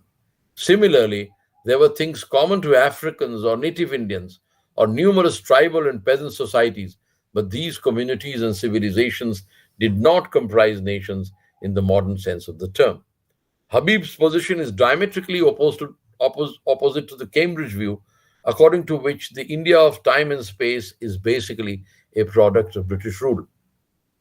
This view, too, is limited historically because the British ultimately created several putative nation-states embodied in the princely states and finally two modern nations out of a single syncretic civilization. Let us then return to the basics often forgotten in our heated political exchanges. The colonial word Desh comes from the Sanskrit dish, which basically means direction, from which the word disha comes. According to a renowned scholar and one of our great teachers, these words in ancient literature do not signify administrative or political units. What is direction in history? The answer to this depends upon the location of those who mention directions. Who were these people in the past? We can safely assume that since they were not educated in modern institutions, their ideas were not limited by an imagination of modern geography. Thus, Uttarapath and Dakshinapath denote uncertain geographies. Even terms like Jambudvip may not necessarily mean the Madhya Desh. These words occur in a geographically unbounded cosmography, which must be understood in the changing context provided to it by historical change. They are never narrowly defined in the sources. Thus, words like Bharat or Bharatvarsha do not connote modern political geographies despite nationalist assertions to the contrary. We are reminded that, quote unquote, Bharatvarsha was not perceived as a well-defined geographical entity by itself. From what appears to be the earliest reference available so far, Bharatvarsha was a part of what it became later, perhaps corresponding to the Janapad of the Bharatas, as were Kuru, Koshal, Magad, Vats, and many others. Only in the British colonial period do we perceive, quote unquote, a crystallization of the mappable, concrete territorial identity thrown back into the past, and what was open-ended became a closed, administratively defined country, unquote. Finally, Bharatvarsh became, in many willing hands, unaware of the danger of anachronism, the seat of an Indian nation-state. One can thus understand the stress easily decipherable in our history textbooks on political unification and on the fear of decentralization and disunity. Sometimes words travel in time because people using them don't change their meanings. The 1883 Marathi text Madha Pravas is an eyewitness account of the 1857 upheaval, remembered from the perspective of an indigent Konkanas Brahman. Godse deploys Desh, Dakshin, and Hindustan in an 18th century Bakhar-like narrative, but eschews Maharashtra or Maharashtrian. In his view, which had been popular in the Deccan for a long time, a big, shapeless Hindustan was all land to the north of Narmada. in contrast to a person living in Delhi or Agra during the 18th or 19th centuries, the connotation would have meant something different. It always takes time for the nationalist ideas of elite nationalism to influence popular mentality. But once this happens, the historian is called forth to render a historical account of the words which people take for granted in their political discourse. Thank you very much.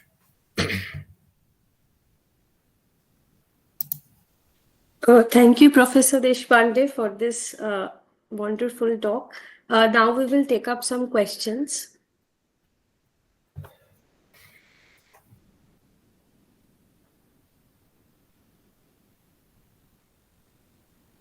We will wait for 2 minutes, and the viewers can write their questions on the YouTube chat box. We will pass them on to the speakers.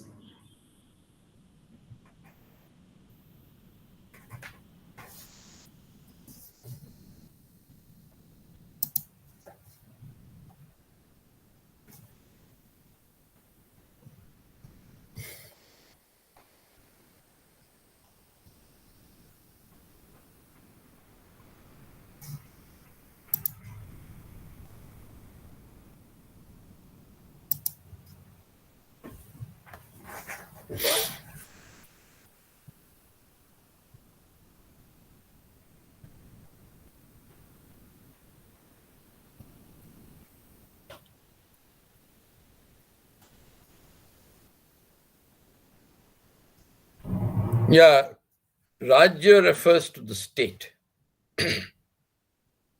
and Rashtra refers to the nation.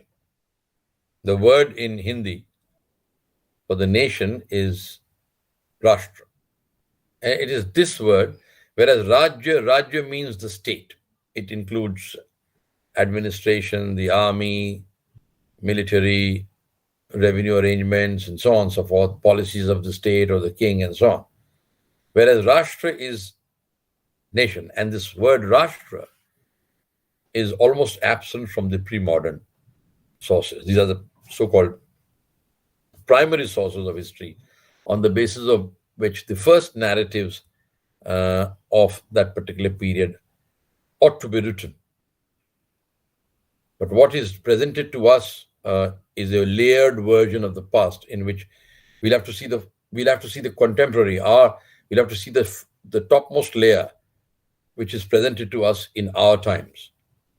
And that is a politically loaded and ideologically constructed layer. So when we look at Rashtra today, we'll have to see whether the word Rashtra is used in the same way or whether it is used at all in the past. Rajya, of course, is used because the state predates the Rashtra, and there are references to Rajya in texts like Agnya Patra, which is a prescriptive text written by a man who was a member of the Ashtapradhan of Chhatrapati Shivaji Maharaj, who had known Shivaji personally, and he had experience of Shivaji's administration and so on.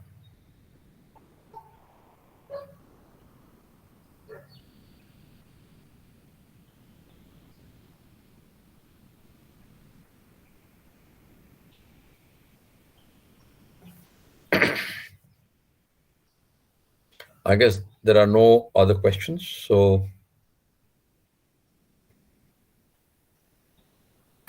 Yes.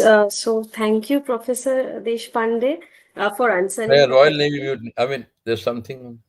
Okay. Debaprati Mondal is asking, sir, can you explain about the Royal Navy mutiny and why it happened and its impact? No, I don't think the Rin mutiny is part of this talk, but since you've asked, why don't you read my books on it? When you can, I mean, I wrote a book in 2016, the Hindi translation of which, an improved Hindi translation of which has just been published last year to commemorate the 75th anniversary of India's independence by Akar Books and Nausainik Vidroh and so on.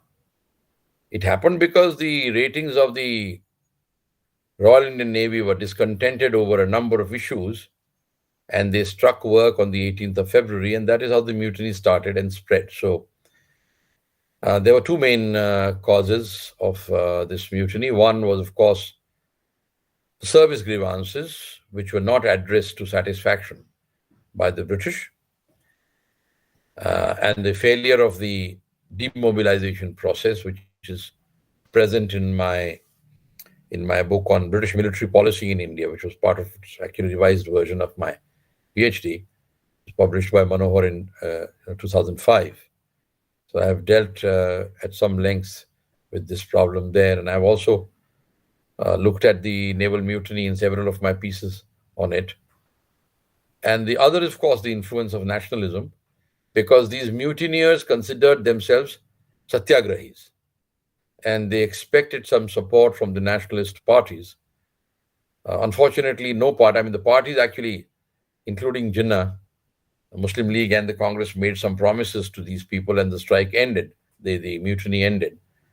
But the only people who really supported, actively supported the rebels were the communists, and the Communist Party of India actually called for a general hartal in Bombay, and the people of Bombay actually wholeheartedly supported the mutiny. They fraternized with them, they brought them food, and they rose in rebellion in favor of these people. And there was a large-scale insurrection of the working classes, and even the prostitutes and the very poor people joined in the insurrection, which lasted for about 2-3 days in Bombay. And very few people know that this insurrection was put down with great bloodshed by the British Army, not the Indian Army, but by units of the British Army, with a considerable loss of life. I think more than, I think officially about 290 odd people, about 300 people were killed. Very few people know that such a big massacre of Indians took place, especially in Bombay.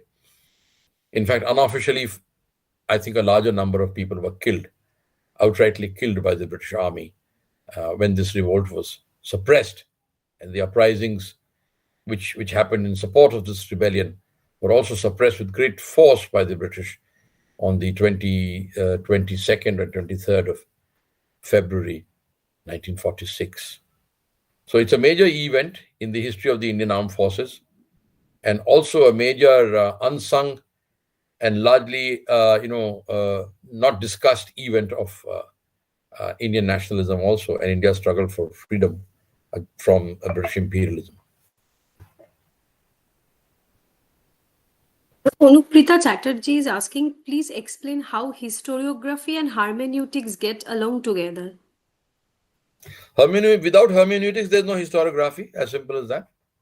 Historiography means hermeneutics. Otherwise, why would you study it?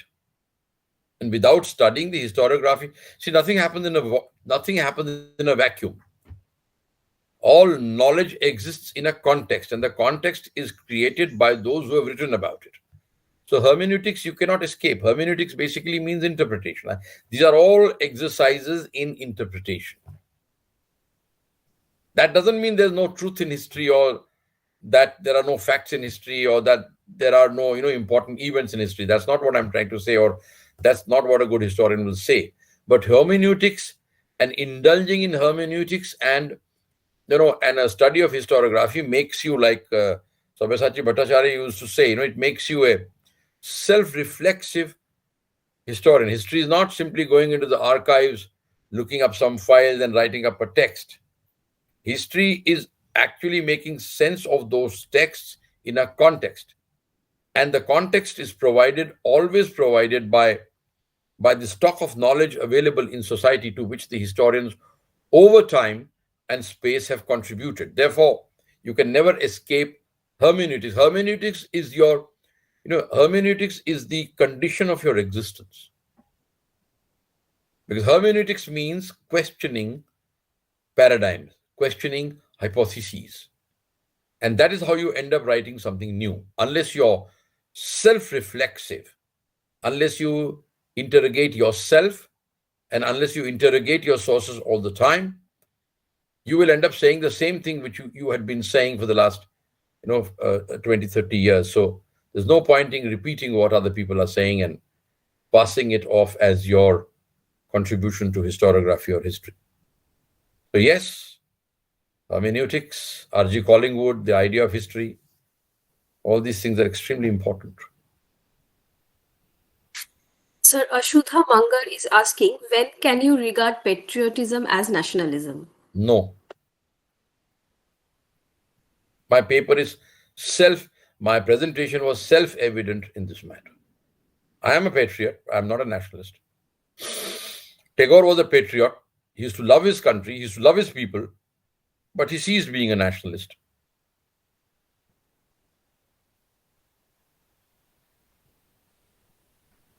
As I told you, I mean, love for your country, love for your people, love for your culture, love for your food, a certain sense of pride makes you a patriot.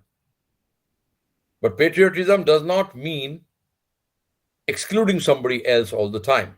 Whereas the notion of othering somebody and excluding somebody from the nation, of course, most nationalisms are based on that. Nation will then define who is not a nationalist or who does not belong to your nation. That notion of, that is a far more advanced ideological notion which comes into people's lives in the 19th century. As I told you, the sepoys who came to Delhi and proclaimed Bahadur Shah Zafar as their leader in 1857 were patriots. Bhagat Singh was a patriot. Sukhdev, Rajguru, Chandrasekhar Azad, they were great patriots. But they may not. I mean, Bhagat Singh was a Marxist. He was also an internationalist. He was also a socialist. So in that sense, he would have a different notion of nationalism compared with, let's say, somebody like Hedgewar or, Savarkar, or even somebody like Lala Lajpat Rai for that matter. So nationalism and patriotism may be related, but they are different things.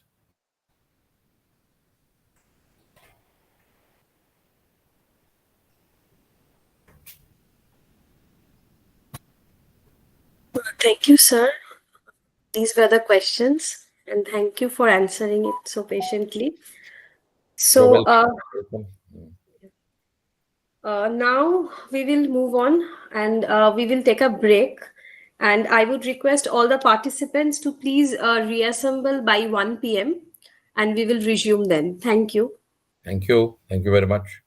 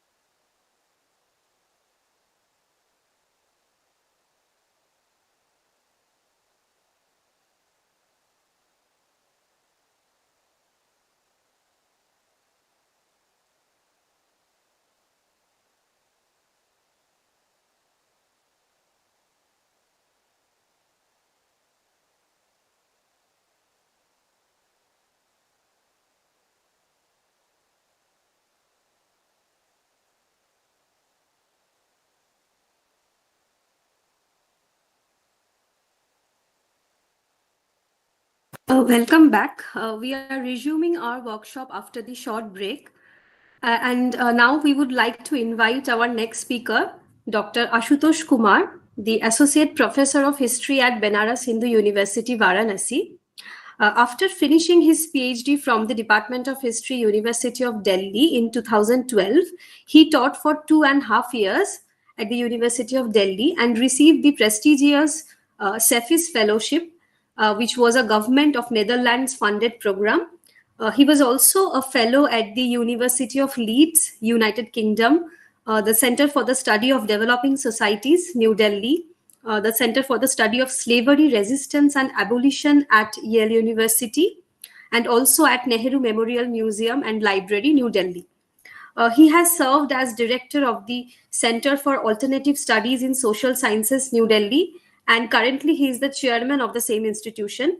Some of his major publications are Coolies of the Empire, Indentured Indians in the Sugar Colonies, 1830 to 1920, Cambridge University Press, 2017, and also Warfare and Society in British India, 1757 to 1947, edited with Kaushik Roy from Routledge, 2022. Today, he will be speaking on subalterns in the British Indian Army. So the participants can put up their questions on the YouTube comment section. We will be sending them to the speakers once the presentation is over. So now over to Professor Kumar. Thank you so much, Sampriti. Am I audible? Can you hear me? Yes, sir. Yes, sir. All right. Thank you so much. Thank you very much, Sampriti and Professor Kaushik Roy and conference organizers for inviting me to speak in this conference.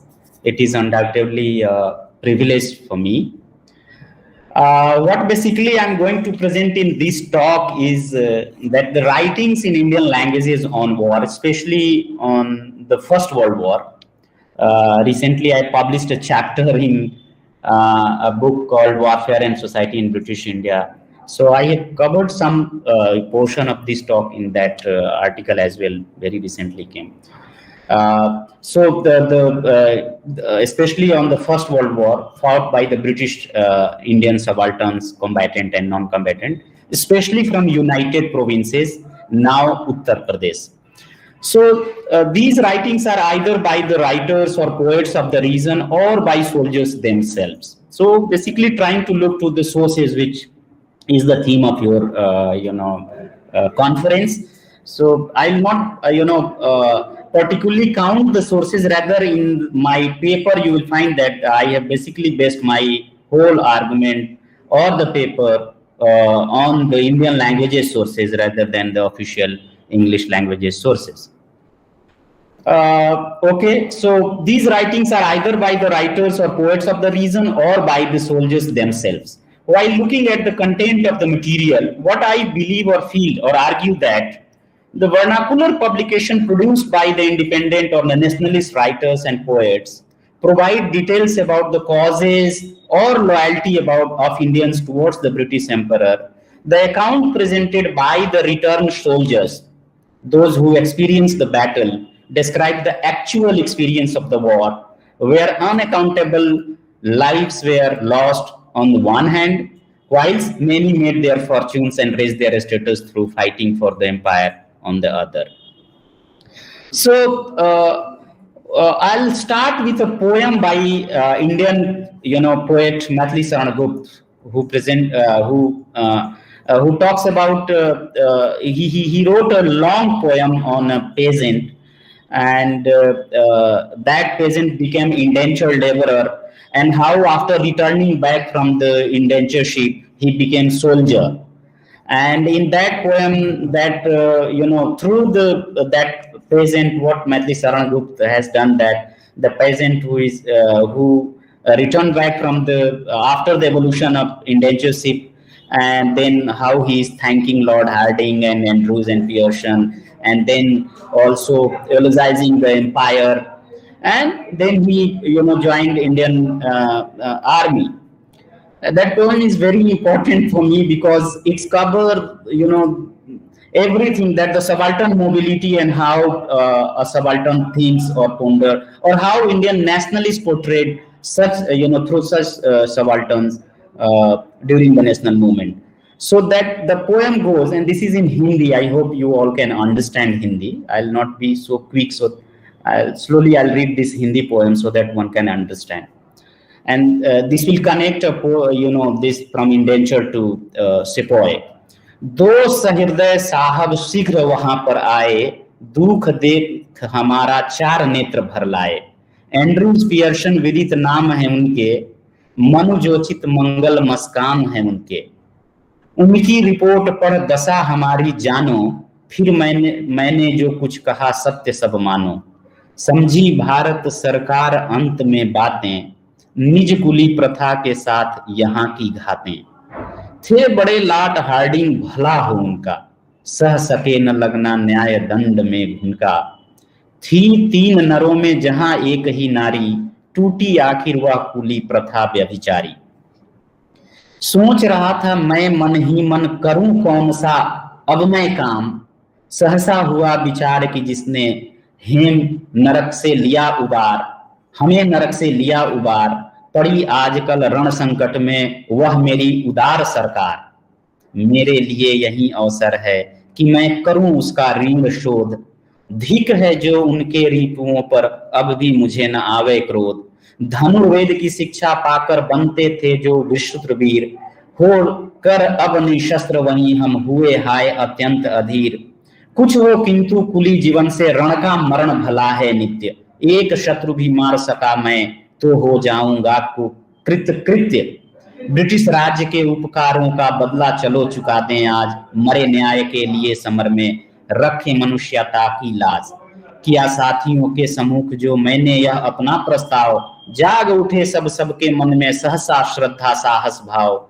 हुए सहस्त्रों की संख्या में सेना में प्रविष्ट हम सब, कुली कृषक फिर सैनिक देखो नए नए संजोग। So this poem shows that how nationalist poets were supporting the British Empire, and even a coolie who suffered misery on the plantations was keen to be recruited as soldiers to fight for the British in the First World War.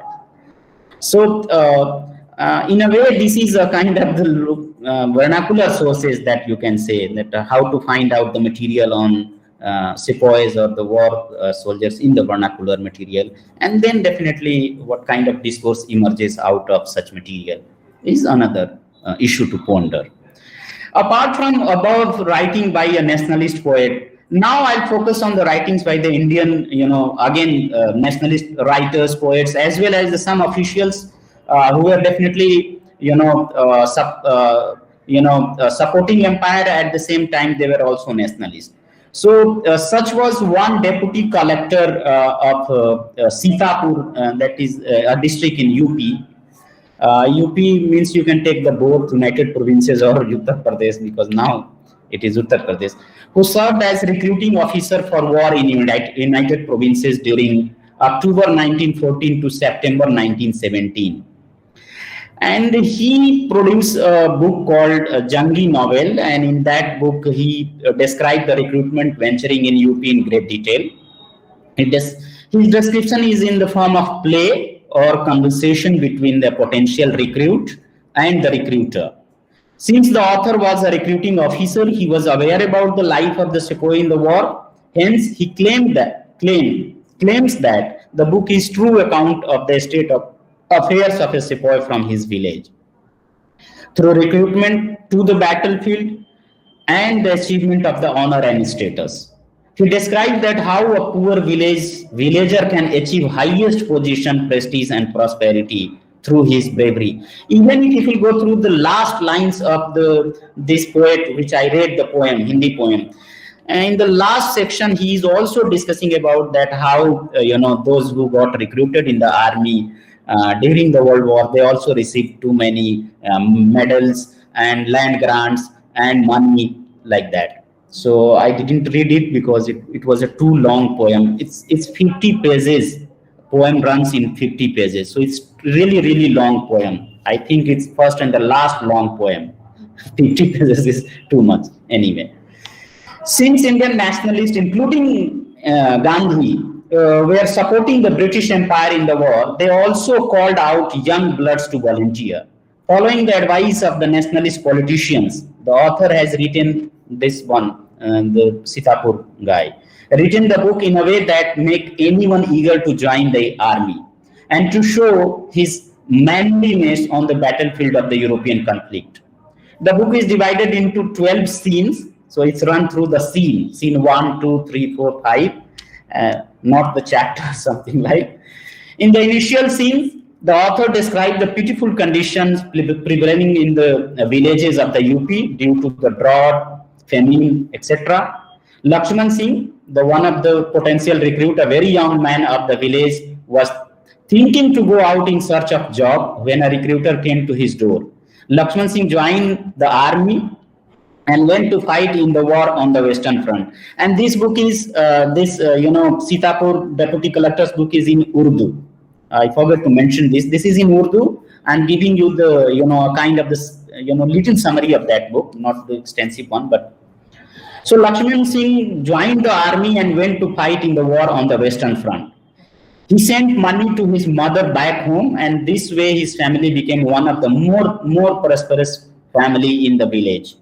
When Lakshman Singh returns after the war, he became so popular and influential that all government officials of the area visited his house. Finally, a local jamindar approached him to marry his daughter.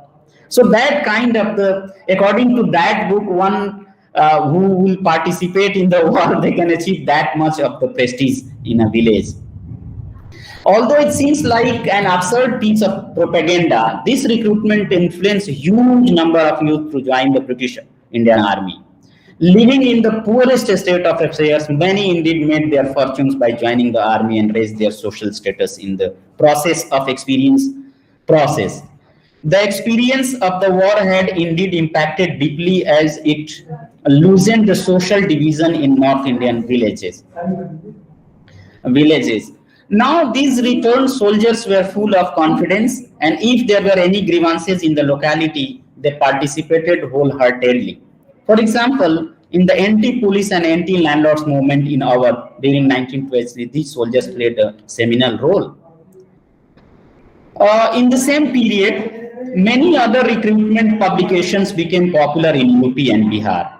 Shiv Kumar, he was a superintendent of Municipal Board School, Allahabad, wrote a pamphlet in the form of booklet entitled Europe Ki Ladai or British Government in 1914.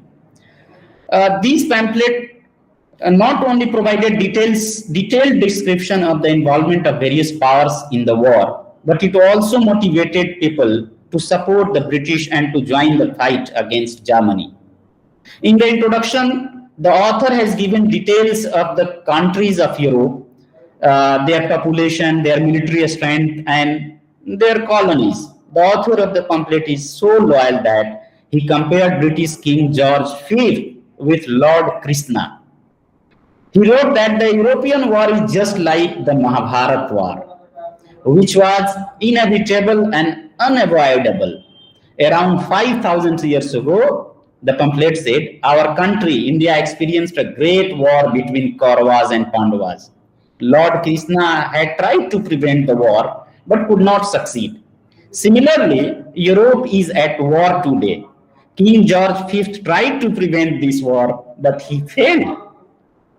The pamphlets give us a clear impression that the colonial government was anxious about the rumors concerning the war among the villages in India.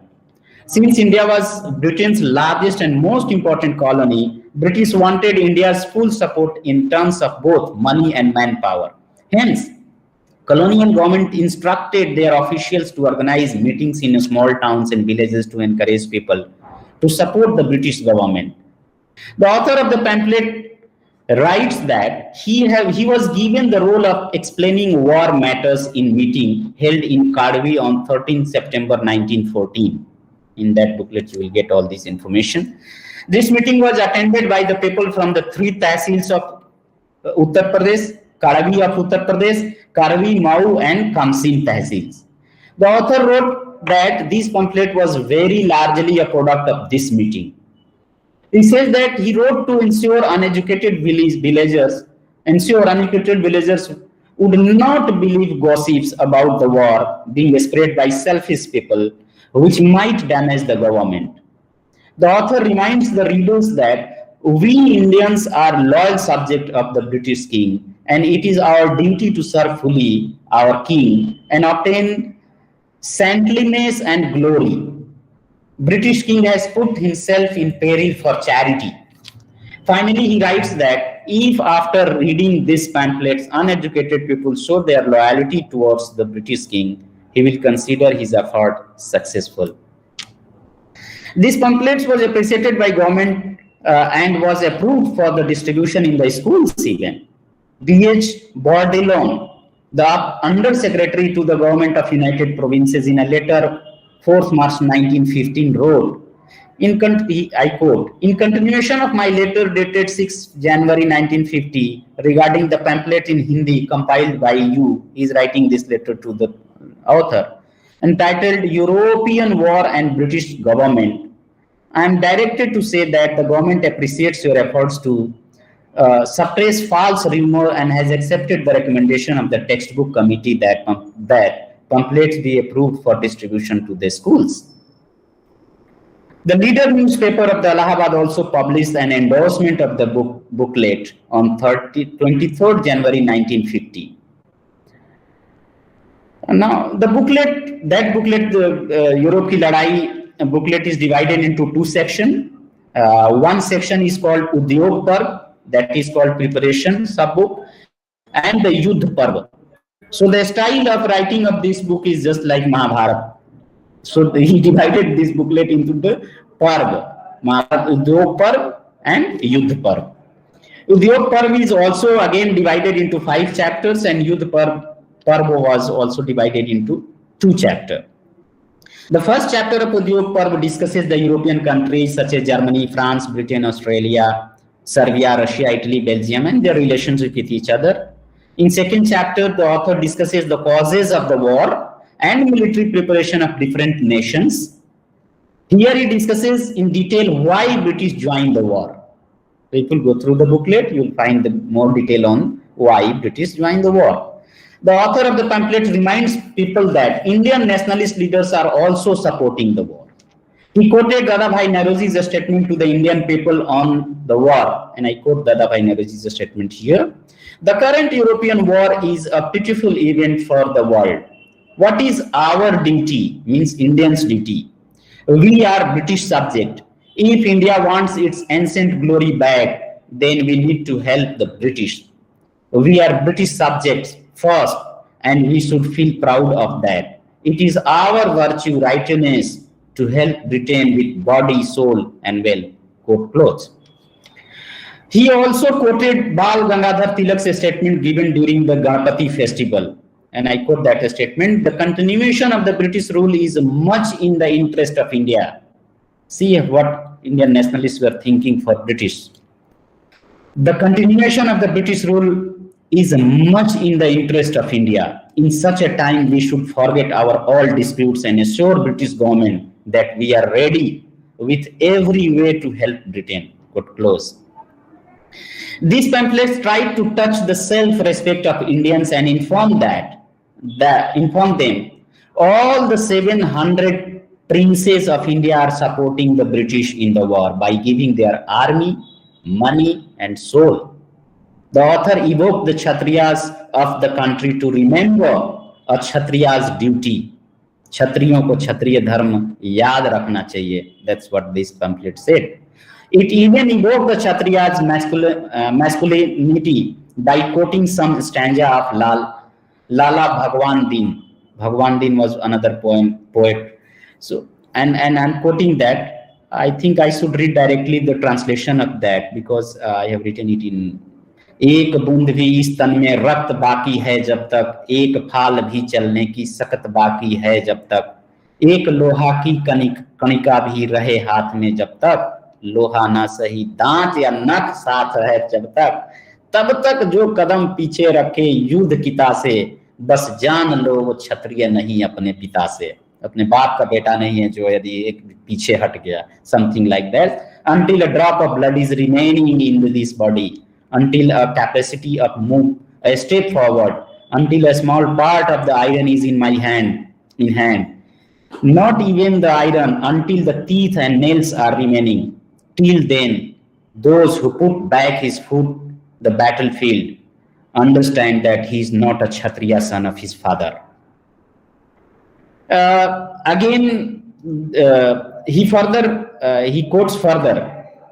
The English, I'll give again the English translation rather than, or maybe you can take a sense of the Hindi. ललकार के यदि कोई निकल सामने आए, ब्राह्मण को गौ दिन को यदि कोई सतावे, आकर के जन्मभूमि पर उत्पात मचावे, एक मौका पर क्षत्रिय, इन मौकों पर क्षत्रिय जो करे जान की परवाह, बस जान लो माँ का नहीं उसका हुआ ब्याह. Something like that. If someone comes in front by giving challenge, if someone nag Brahmins and cows, entered the homeland and create disorder, on such occasion, if a Kshatriya cares for his life, do understand that he is a son of unmarried woman. So the author of the pamphlet asked people not to believe in rumors regarding the war and says that it is duty of educated people to criticize and refute false news. Otherwise, some selfish people will take advantage of this and create disturbances in the country. The author expressed surprise on silence of the United States of America. He will go through this, Yuddh Parv.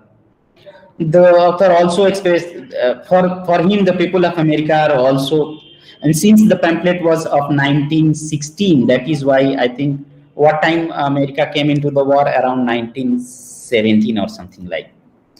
So one needs to look to the, the chronology. So at that time, definitely when this was published, at that time, America did not enter in the war. So for him, American people of America are also a warrior caste and they should participate in the war alongside the British. The author defined the war as Dharma Yuddh, or righteous war, and compared the various political characters with Mahabharata. For instance, he writes, I quote, the British crown whose friends are Tsar of Russia, Mikado of Japan, head of France, all kings of India and Nepal, whose army chief is Lord Roberts, whose ministers are Sir Herbert Asquith, Sir Edward Grey, Lord Halidon, Mr. Churchill, whose viceroy is Lord Harding, whose protectors are like Bhishma, Krishna and Pandav, such a king will definitely win the war, quote close. So definitely he compared all the correct characters of the war with Mahabharata characters. The writer also explained why this war is necessary. He writes that although war is a big sin, but sometimes it is essential. It is essential when there is too much sin on the earth. This European war is due to scum of sins by Germany and its people. At least section of the pamphlets, the author has provided poems. At the last, what we see that in the last section, in the pamphlet, the author has provided poems and stanza of various poets and writers related to the war. And the very first poem is entitled as National Song, which was published earlier in a newspaper named Pataliputra. So it was published in Pataliputra earlier, and this song is also again reprinted in that booklet. And this poem praises British king as king and wishes for his long rule. It goes on as follow.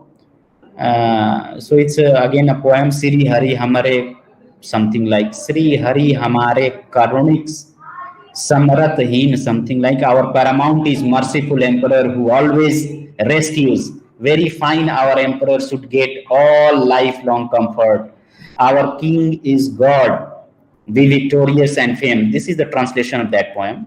His rule should be for ages. Oh God, save him, the protector of our religious policy, the king of kings. Let's song and pray together to save him. So, and that was a kind of that was called the national song, something like. What one can assert from the above poem that the writer of the poem understands the traditional nature of Indian masses that believe that king emperor is shadow of the god, and hence to motivate them in favor of British. The writer eulogized the king emperor. Through such depiction, the nationalist poet attempted to convince the Indian masses that whatever the king emperor is doing, he is doing for humanity, as he has been protector of our religious policy. Now, there was another poet of North India whose name was Udra Singh. He wrote a poem based on the French song entitled Swatantrata Ki Hunkar. He also wrote a poem, and that poem was, this is given below. Utho वीरों उठा लो शस्त्र ले लो खड़ग पटक दो म्यान बढ़ो सुदृढ़ हो विजय करो या रक्त क्षेत्र में दे दो प्राण. The translation goes, arise warriors, arise, take arms and pull out the swords from the covers. Go ahead, be strong, do win or die in the battlefield. See, this great storm is coming along, just coming like unfaithful king and their arrogant buddy in the context of Germany. The dogs of the war have been freed. See how they are making noise. See the fields and villages by burning these are making smoke. So this was a poem by Udra Singh. Here again, looking to the traditional notion of warriorship, the poet of the heroic sentiment composed heroic poetry to provoke youth of country to join army, to fight for the British. The lady Zamindar of Majhauli, Uttar Pradesh, United Provinces then, wrote and read the following poems during a meeting on 30th September 1914 to collect funds for support the British war effort. I quote that Lady Jamindar's Lady Jamindar. We are grateful to the rule of the British Crown. We have flourished with commerce, skills, education, and many more things. It was difficult to live peacefully in this country. Robbery, theft, thugs, these people are very nationalist. Robbery, theft, thugs were much expanded in the country. But now there is peace in the country. Let's all say victory of the British Crown, quote close. In the same meeting, Pandit Ambika Prasad, a school teacher, also read his poem, which was as follows. Germany, it was again in the Hindi. German man ati garv hai, janat sakal jahan, tahmi vinashan ke liye kadhyo British kripan. Mahabharat bhayo bharat mahi, kaurav gaurav se, ta sahirday ko yuddha Europe, hot German darp se. Translation goes, Germans are utmost arrogant. Everyone knows in the world. To destroy such arrogance, the British has pulled out swords. As Mahabharata happened in India due to arrogance of Kauravas, similarly, European war is happening due to arrogance of Germany. So in above poem, the poet explains the war in terms of Mahabharata as through such traditional and well popular epic, one can easily explain the current war to the ignorant Indians. Also, by comparing the present war with Mahabharata, it was easy for the poet to get support of people in favor of British. If he portrays German as Kauravas. Now, Pandit Indra Narayan Dwivedi, he was another poet in UP. Indra Narayan Dwivedi composed the following message for Indian soldiers who were deployed on the various war fronts. And the message goes, हे भारतीय सपूत भारत लाज तुम्हारे हाथ है, निज पूर्वजों की कीर्ति रक्षा भर तुम्हारे हाथ है, रणभूमि में तो कर्मयोगी कृष्ण ही अब साथ हैं, पर सकल भारतवासी हम हेसों तुम्हारे साथ हैं. The translation goes, O Indian son, the prestige of India is in your hand. This is in your hand to preserve the fame of your forefathers. In the battlefield, Karma Yogi Krishna is only with you. But here all Indians are with you. Now it is significant to note here that the nationalist poet used every modus operandi to convince Indians in favor of the British. In above poem, the poet uses emotional manner by urging to save the prestige of India as Sri Krishna saved the prestige in Mahabharata times. Now it is time for you to save the prestige of India in modern times. Many poets boosted the morals of Indian soldiers through their heroic styles of poems. For instance, Munshi Singh Yadav, he was another famous poet in UP, wrote a poem which became very popular during the war. It is given as below. देश प्रिय वीरों देख लो दो, दिखा दो पूर्ण कर इस काम को, मन कैसर का घटा दो, भीषण कर संग्राम को. I'll go with the translation. Beloved soldiers of India, do finish the war. Decrease the prestige of Kaisar by making the war gruesome. Your name becoming famous in the world, brave man. George V fulfill the agreement by giving your body, enthusiast heroes. You will not be drawn from the battlefield. Again, so it's a little bit longer poem. I can cut it. Another writer, Sriyud Krishna Vihari Misra, composed a poem which reminded his readers how Indian soldiers became victorious in various battles in the past. So if you go through the poem, he's talking about the past war and now the First World War, and he's also reminding all these soldiers who were on the front that you should also be victorious in the battle. Dharma prachar apurva ईसाई को कलह कर वर्ष चतुर्दश पूर्व Tason boxer summer भी. My God. So I'll go with the translation. Sorted out the religious problems of Christians. Also the Boxer War before 1914 battle. So he's reminding the religious war as well as the Boxer War that happened in 1901 or 2, something like. All 10 countries who believed in Christianity. Also when Buddhist Japan attacked on China, always the strong Indian forces went to fight for the right. Gurkha and Rajputs were in the first 3 rows. When Russian, French, English and German soldiers got tired, then Indian soldiers fought against the enemies. What an attack Indian soldiers did. Where was China to control? The Peking Gate was also conquered. Everyone then said blessed. Also praised a lot. Egoist Germany was calling them coolies. So now in this poem you will also get that how he's mentioning that what we have already done, giving references of the different wars, Christian war, religious war, or the battle of Boxer, where many Indian soldiers went. I recommend here one book written by another Indian soldiers, Gadadhar Singh, Cheen Mein 13 Maas. That is a very important book.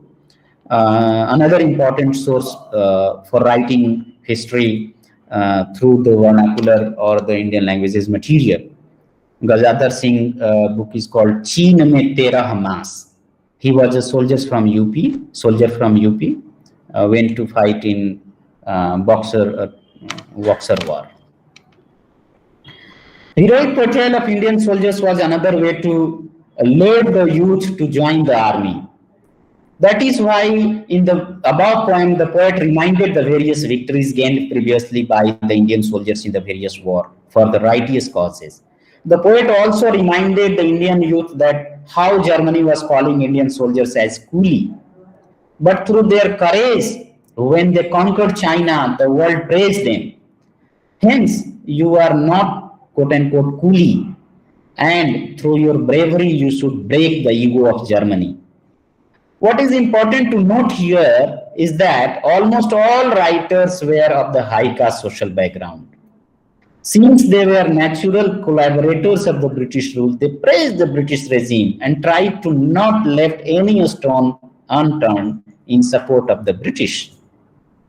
Hence, nationalist eulogization of the British rule and a sacrifice for the British in the war shows a duality in their character, which was against the very nature of anti-colonial movement. Now I'll focus on the returned soldiers and their experience and their writings. On their return, many soldiers published their autobiographies, and there are too many autobiographies. I will give some examples, some autobiographies here by the soldiers. So these writings written in Indian vernacular languages give us a rare picture of the war. One such account was produced by Mark Chand Singh and Thakur Pratap Singh. To prepare the book, they took also help of 6 other soldiers, such as Major Gihar Singh Wist, Thakur Bala Singh, Havaldar Hansar Singh, Thakur Veera Singh Negi, Thakur Sri Chandra Singh Rawat, Thakur Uday Singh Gulai. So these were also participated in writing that book, and the book was published in mid-1920s.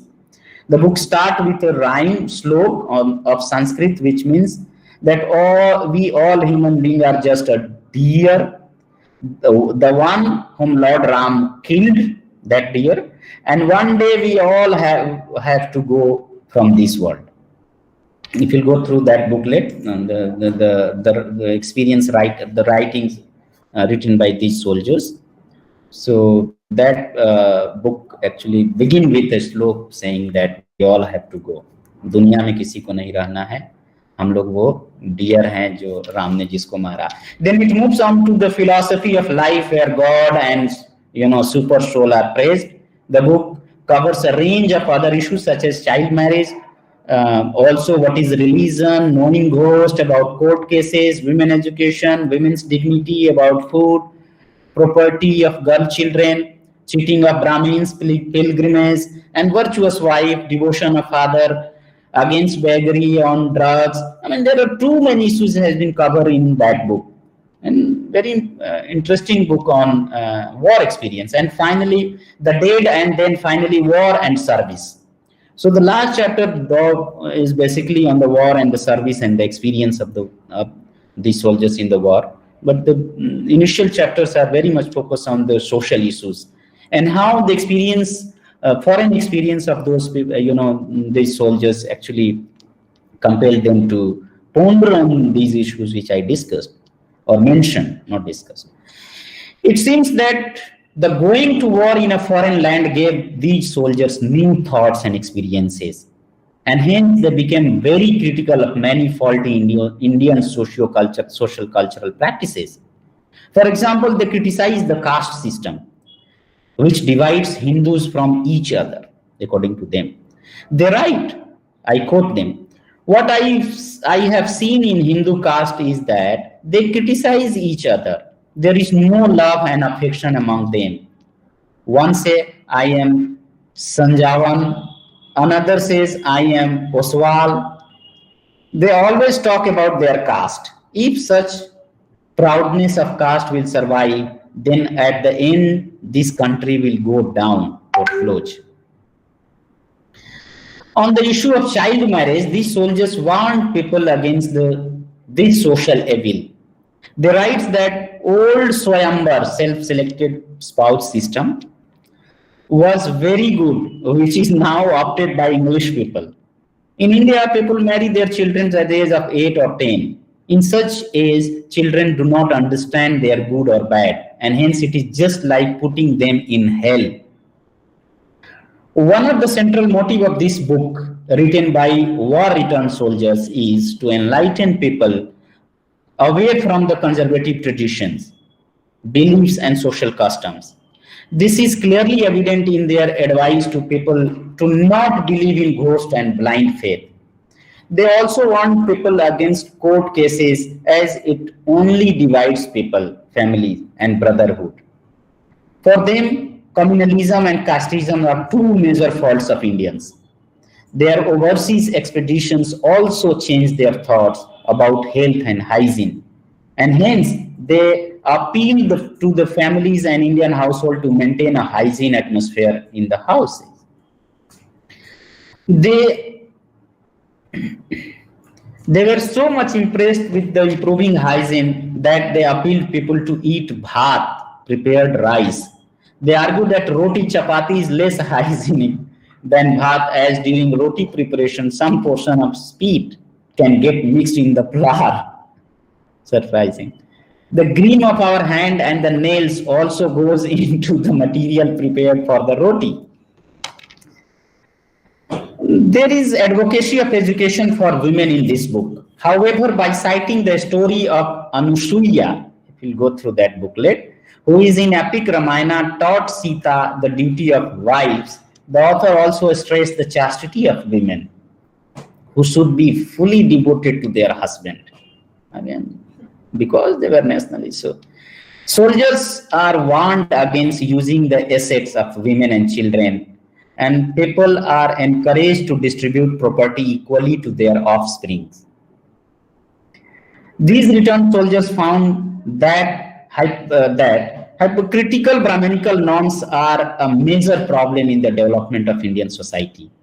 Hence, they caution people against such Brahmins who eat meat and kills animal, and tagged such Brahmins as fraud and thugs who take money and influence people to perform worship on the occasion of illness of a family member. Apart from that, they also warned against those Brahmins who ask for money for cremation of a dead body. In the last section of the book, Makhchand Singh gives an eyewitness account where he writes of his experience from the various stages of the recruitment until the return from the war. His account is very comprehensive and covers the entire gambit of the war. This brilliantly composed biographical poem of a soldier is rare, as he is very methodological and gives full details of his journey in great details. At the outset, he introduces himself and explains the cause of his recruitment to the army in wartime. He writes, "There is a general understanding in Bihari province state." The poem was again in the in Hindi, but I'm just giving the translation. "The village is Tutgoli and my name is Makhchand. Gaon Tutgoli, Bhakshan mera naam hai. I stayed in princely estate where my hut is. I know nothing about medicine and herbs. I do work in the house of a Jamindar. Kora Jhangora is his name. My land is dry. It is not in my hand. There is drought. It is also not in my hand. If rain is there in the field, it is good for agriculture. Otherwise, there is only dust in the field. There is no rain in the mountain, so I do naukri in this area. Drought came here and agriculture also failed." So this is a translation of his introduction. This shows that he was not well off, had little land in village, and was working in a house of a Jamindar, presumably as a servant. The agriculture of his village was completely dependent on rain. Since there was drought and crops failed, he was compelled to do naukri in a house of Jamindar. The story of Makhchand is quite similar to the protagonist of the Jangi novel written by Deputy Collector of Sitapur, Ahmad Jafri. This claim that many Indians get recruited due to their weak economic condition. Makhchand then explained how he became enrolled in the army. He writes, in 1914, again I am giving only the translation of that because I think again this Hindi is very tough. In 1914, the war broke out in France. I am quoting the poem of Makhchand. I enrolled myself in the army. I went to Chakrota base camp where I happily enrolled in the army. My villagers asked me to not go in the army. Those go in the army whose death is near. But I did not listen to them. I was brought to Chakrota General. I had already given myself off to go in army. On 17th June, my name was registered. After getting enlisted in the army in 1914, Makhchand sent a letter from the army base camp to his family at home. This letter made his family members anxious. They had a belief that he will be killed in the war. However, he said that he registered the name of his parents in the register, and in case of his death, his wife would be a pensioner. He received military training for next 6 months and learned everything about the use of arm. He then went to war on 19th March 1915. By rail, he traveled to Karachi, from where he was shipped out to France. Mark Chand then describes his journey on the sea. He writes that he felt dizziness at the sea in the ship. He ate rice and chapati half-heartedly, as food with which he was accustomed was not available. Then he gives us glimpses of the war in the Western theater. His description of the battleground as a Garhwali soldier on the Western Front shows that the war resulted in huge bloodshed in which thousands of soldiers were killed and many women became widows. Everywhere there was the sound of machine gun. Many soldiers were wounded. He poetically described the experience as follows. Again, this is in Hindi, and I'll give you the translation. In this war, many women became widows. Germany was enemy and Turkey was demon. Rifles and machine guns were firing. Thousands of soldiers died in the battlefield of Belgium. I saw unfaithful enemy Turkey. Some people received bullets, some wounded. To keep safe, many get separated. So this was the translation of his poem. Mark Chand composed a hymnody, which he called a prayer, in which he described how he fought with German enemy. He writes that in the night they had to dig land to take positions in front of cannon, and in how in the daytime they had run. At 12 in the day, they ate biscuit and jam for lunch. Hindustani soldiers fought even with the kukri. Sorry, this is a small equipment. Sikhs especially keep the kukri. Many soldiers died in the battlefield of Belgium. For Mark Chand, although the captain of the army unit was a white man, British man, Indians fought bravely in the war. Mark Chand believed that the righteous of a sepoy is to fight and die in the war. A sepoy who dies in the war goes to heaven, as heaven is the only place of pilgrimage for him. One war is equivalent to the 100 pilgrimages by a monk. However, the deployment overseas was an emotional separation from the homeland. The emotional separation began from the very start of the journey on the high seas, as the sepoys were not able to see the earth or land. Mark Chand expressed both joyous experience and sorrow of the war, as it became a cause of sadness and pity for many families. There was a cry from wives, sisters, parents, and in-laws, as war had snatched everything from them. However, many soldiers received awards and obtained promotion in army. Many received, medals and manners. Mark Chand found that the fight in the Baghdad was exceptionally tough, as the weather, environment, and arrangements were not favorable. He writes, some died without water and some died without food. I'm just giving you the translation. Some brothers died by cannons. There was a scorching sun in Baghdad. There were no well for bath. Also, there was no herbs, greenery and grass. There was very less hope to return alive. There were only branches of dates. So he is describing.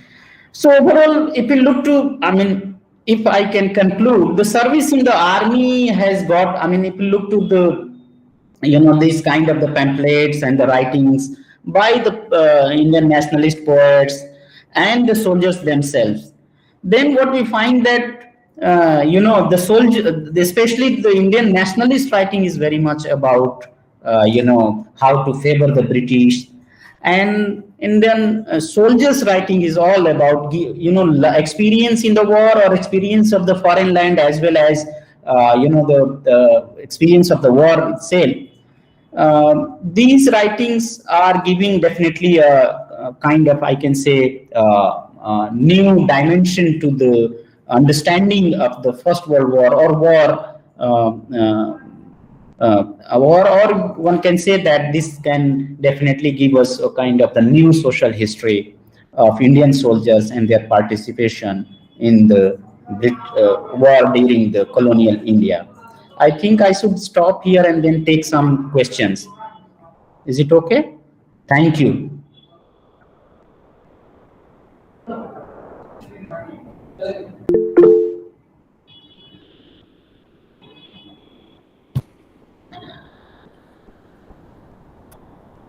Yes, sir. Devaprati Mondol is asking, sir, is the writing of the poem which compared with Mahabharata character, is that a propaganda poem?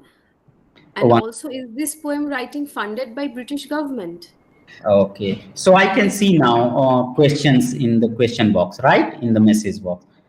Pratim Mondal, sir, is the writing of the poem which compared with Mahabharata character is propaganda poem.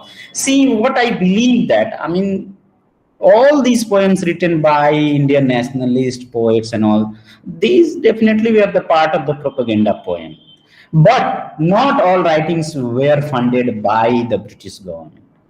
Only one which was, written by this deputy collector was funded writing. Otherwise, many local jamindars were also supporting. They, by themselves, they were, organizing meetings, collecting funds, and that time many people who were supporting or those who were supporting the jamindars tried to write some poems in favor of them. Even if K.C. Jadhav has mentioned many kind of the folk songs sung during recruitment process in Haryana. Bharti hole re kyun khada rahe rang.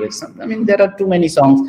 So definitely these were the propaganda songs. But apart from that, I mean, it is surprising that how each and every poet was supporting the British in the war. So it was, I mean, as I said that, I mean, if you look to the Indian national anti-colonial discourse and Indian national movement, and then looking to the 1914 to 1918 efforts of the Indian nationalists, really, it contradicts to each other. Sumedha, sir, are there any biographies in vernacular by Indian soldiers that mention any kind of mistreatment they faced at the hand of British soldiers? I did not go through any such writing. I do have biographies. For instance, I mentioned one biography by Gajadhar Singh. He was a UP soldier. He went to fight in the Boxer War, and he wrote a very fine, I mean, very big book. Not only book, he also, taken many photographs. So he has a collection of photographs as well of the Boxer War. And in that book, he's describing everything, everything, whatever he faced or see, but not like any kind of the discrimination or mistreatment faced by hand of the British soldiers. So I haven't gone through. We have the account of the mistreatment by the Japanese soldiers to the Indian soldiers in the Second World War during the, this Meghalaya, during this Northeast campaign. But I haven't gone through any such autobiography. Any other question? Or yeah. These were the questions. Thank you for responding. And thanks to you for this wonderful session, Professor Kumar. Thank you. Thank you very much for inviting me to this conference. Thank you. So now we will be concluding today's sessions. And once again, we are thankful to the speakers to all the speakers, Professor Kaushik Roy for discussing the recent trends in military history writing, and Professor Deshpande for delivering an insightful lecture about ways in which primary sources should be historicized. And of course, Professor Kumar to explore the pamphlet literature's vernacular texts, giving us a glimpse of the subaltern world in British Indian Army. So also on behalf of the Department of History, Jadavpur University, we would like to thank all the participants and students who joined us on YouTube and engaged with the speakers. So we will be resuming this workshop from 10 a.m. tomorrow for the last session of Modern Indian History, and it's a request to everyone that please be present and have a good day. Thank you. Thank you very much.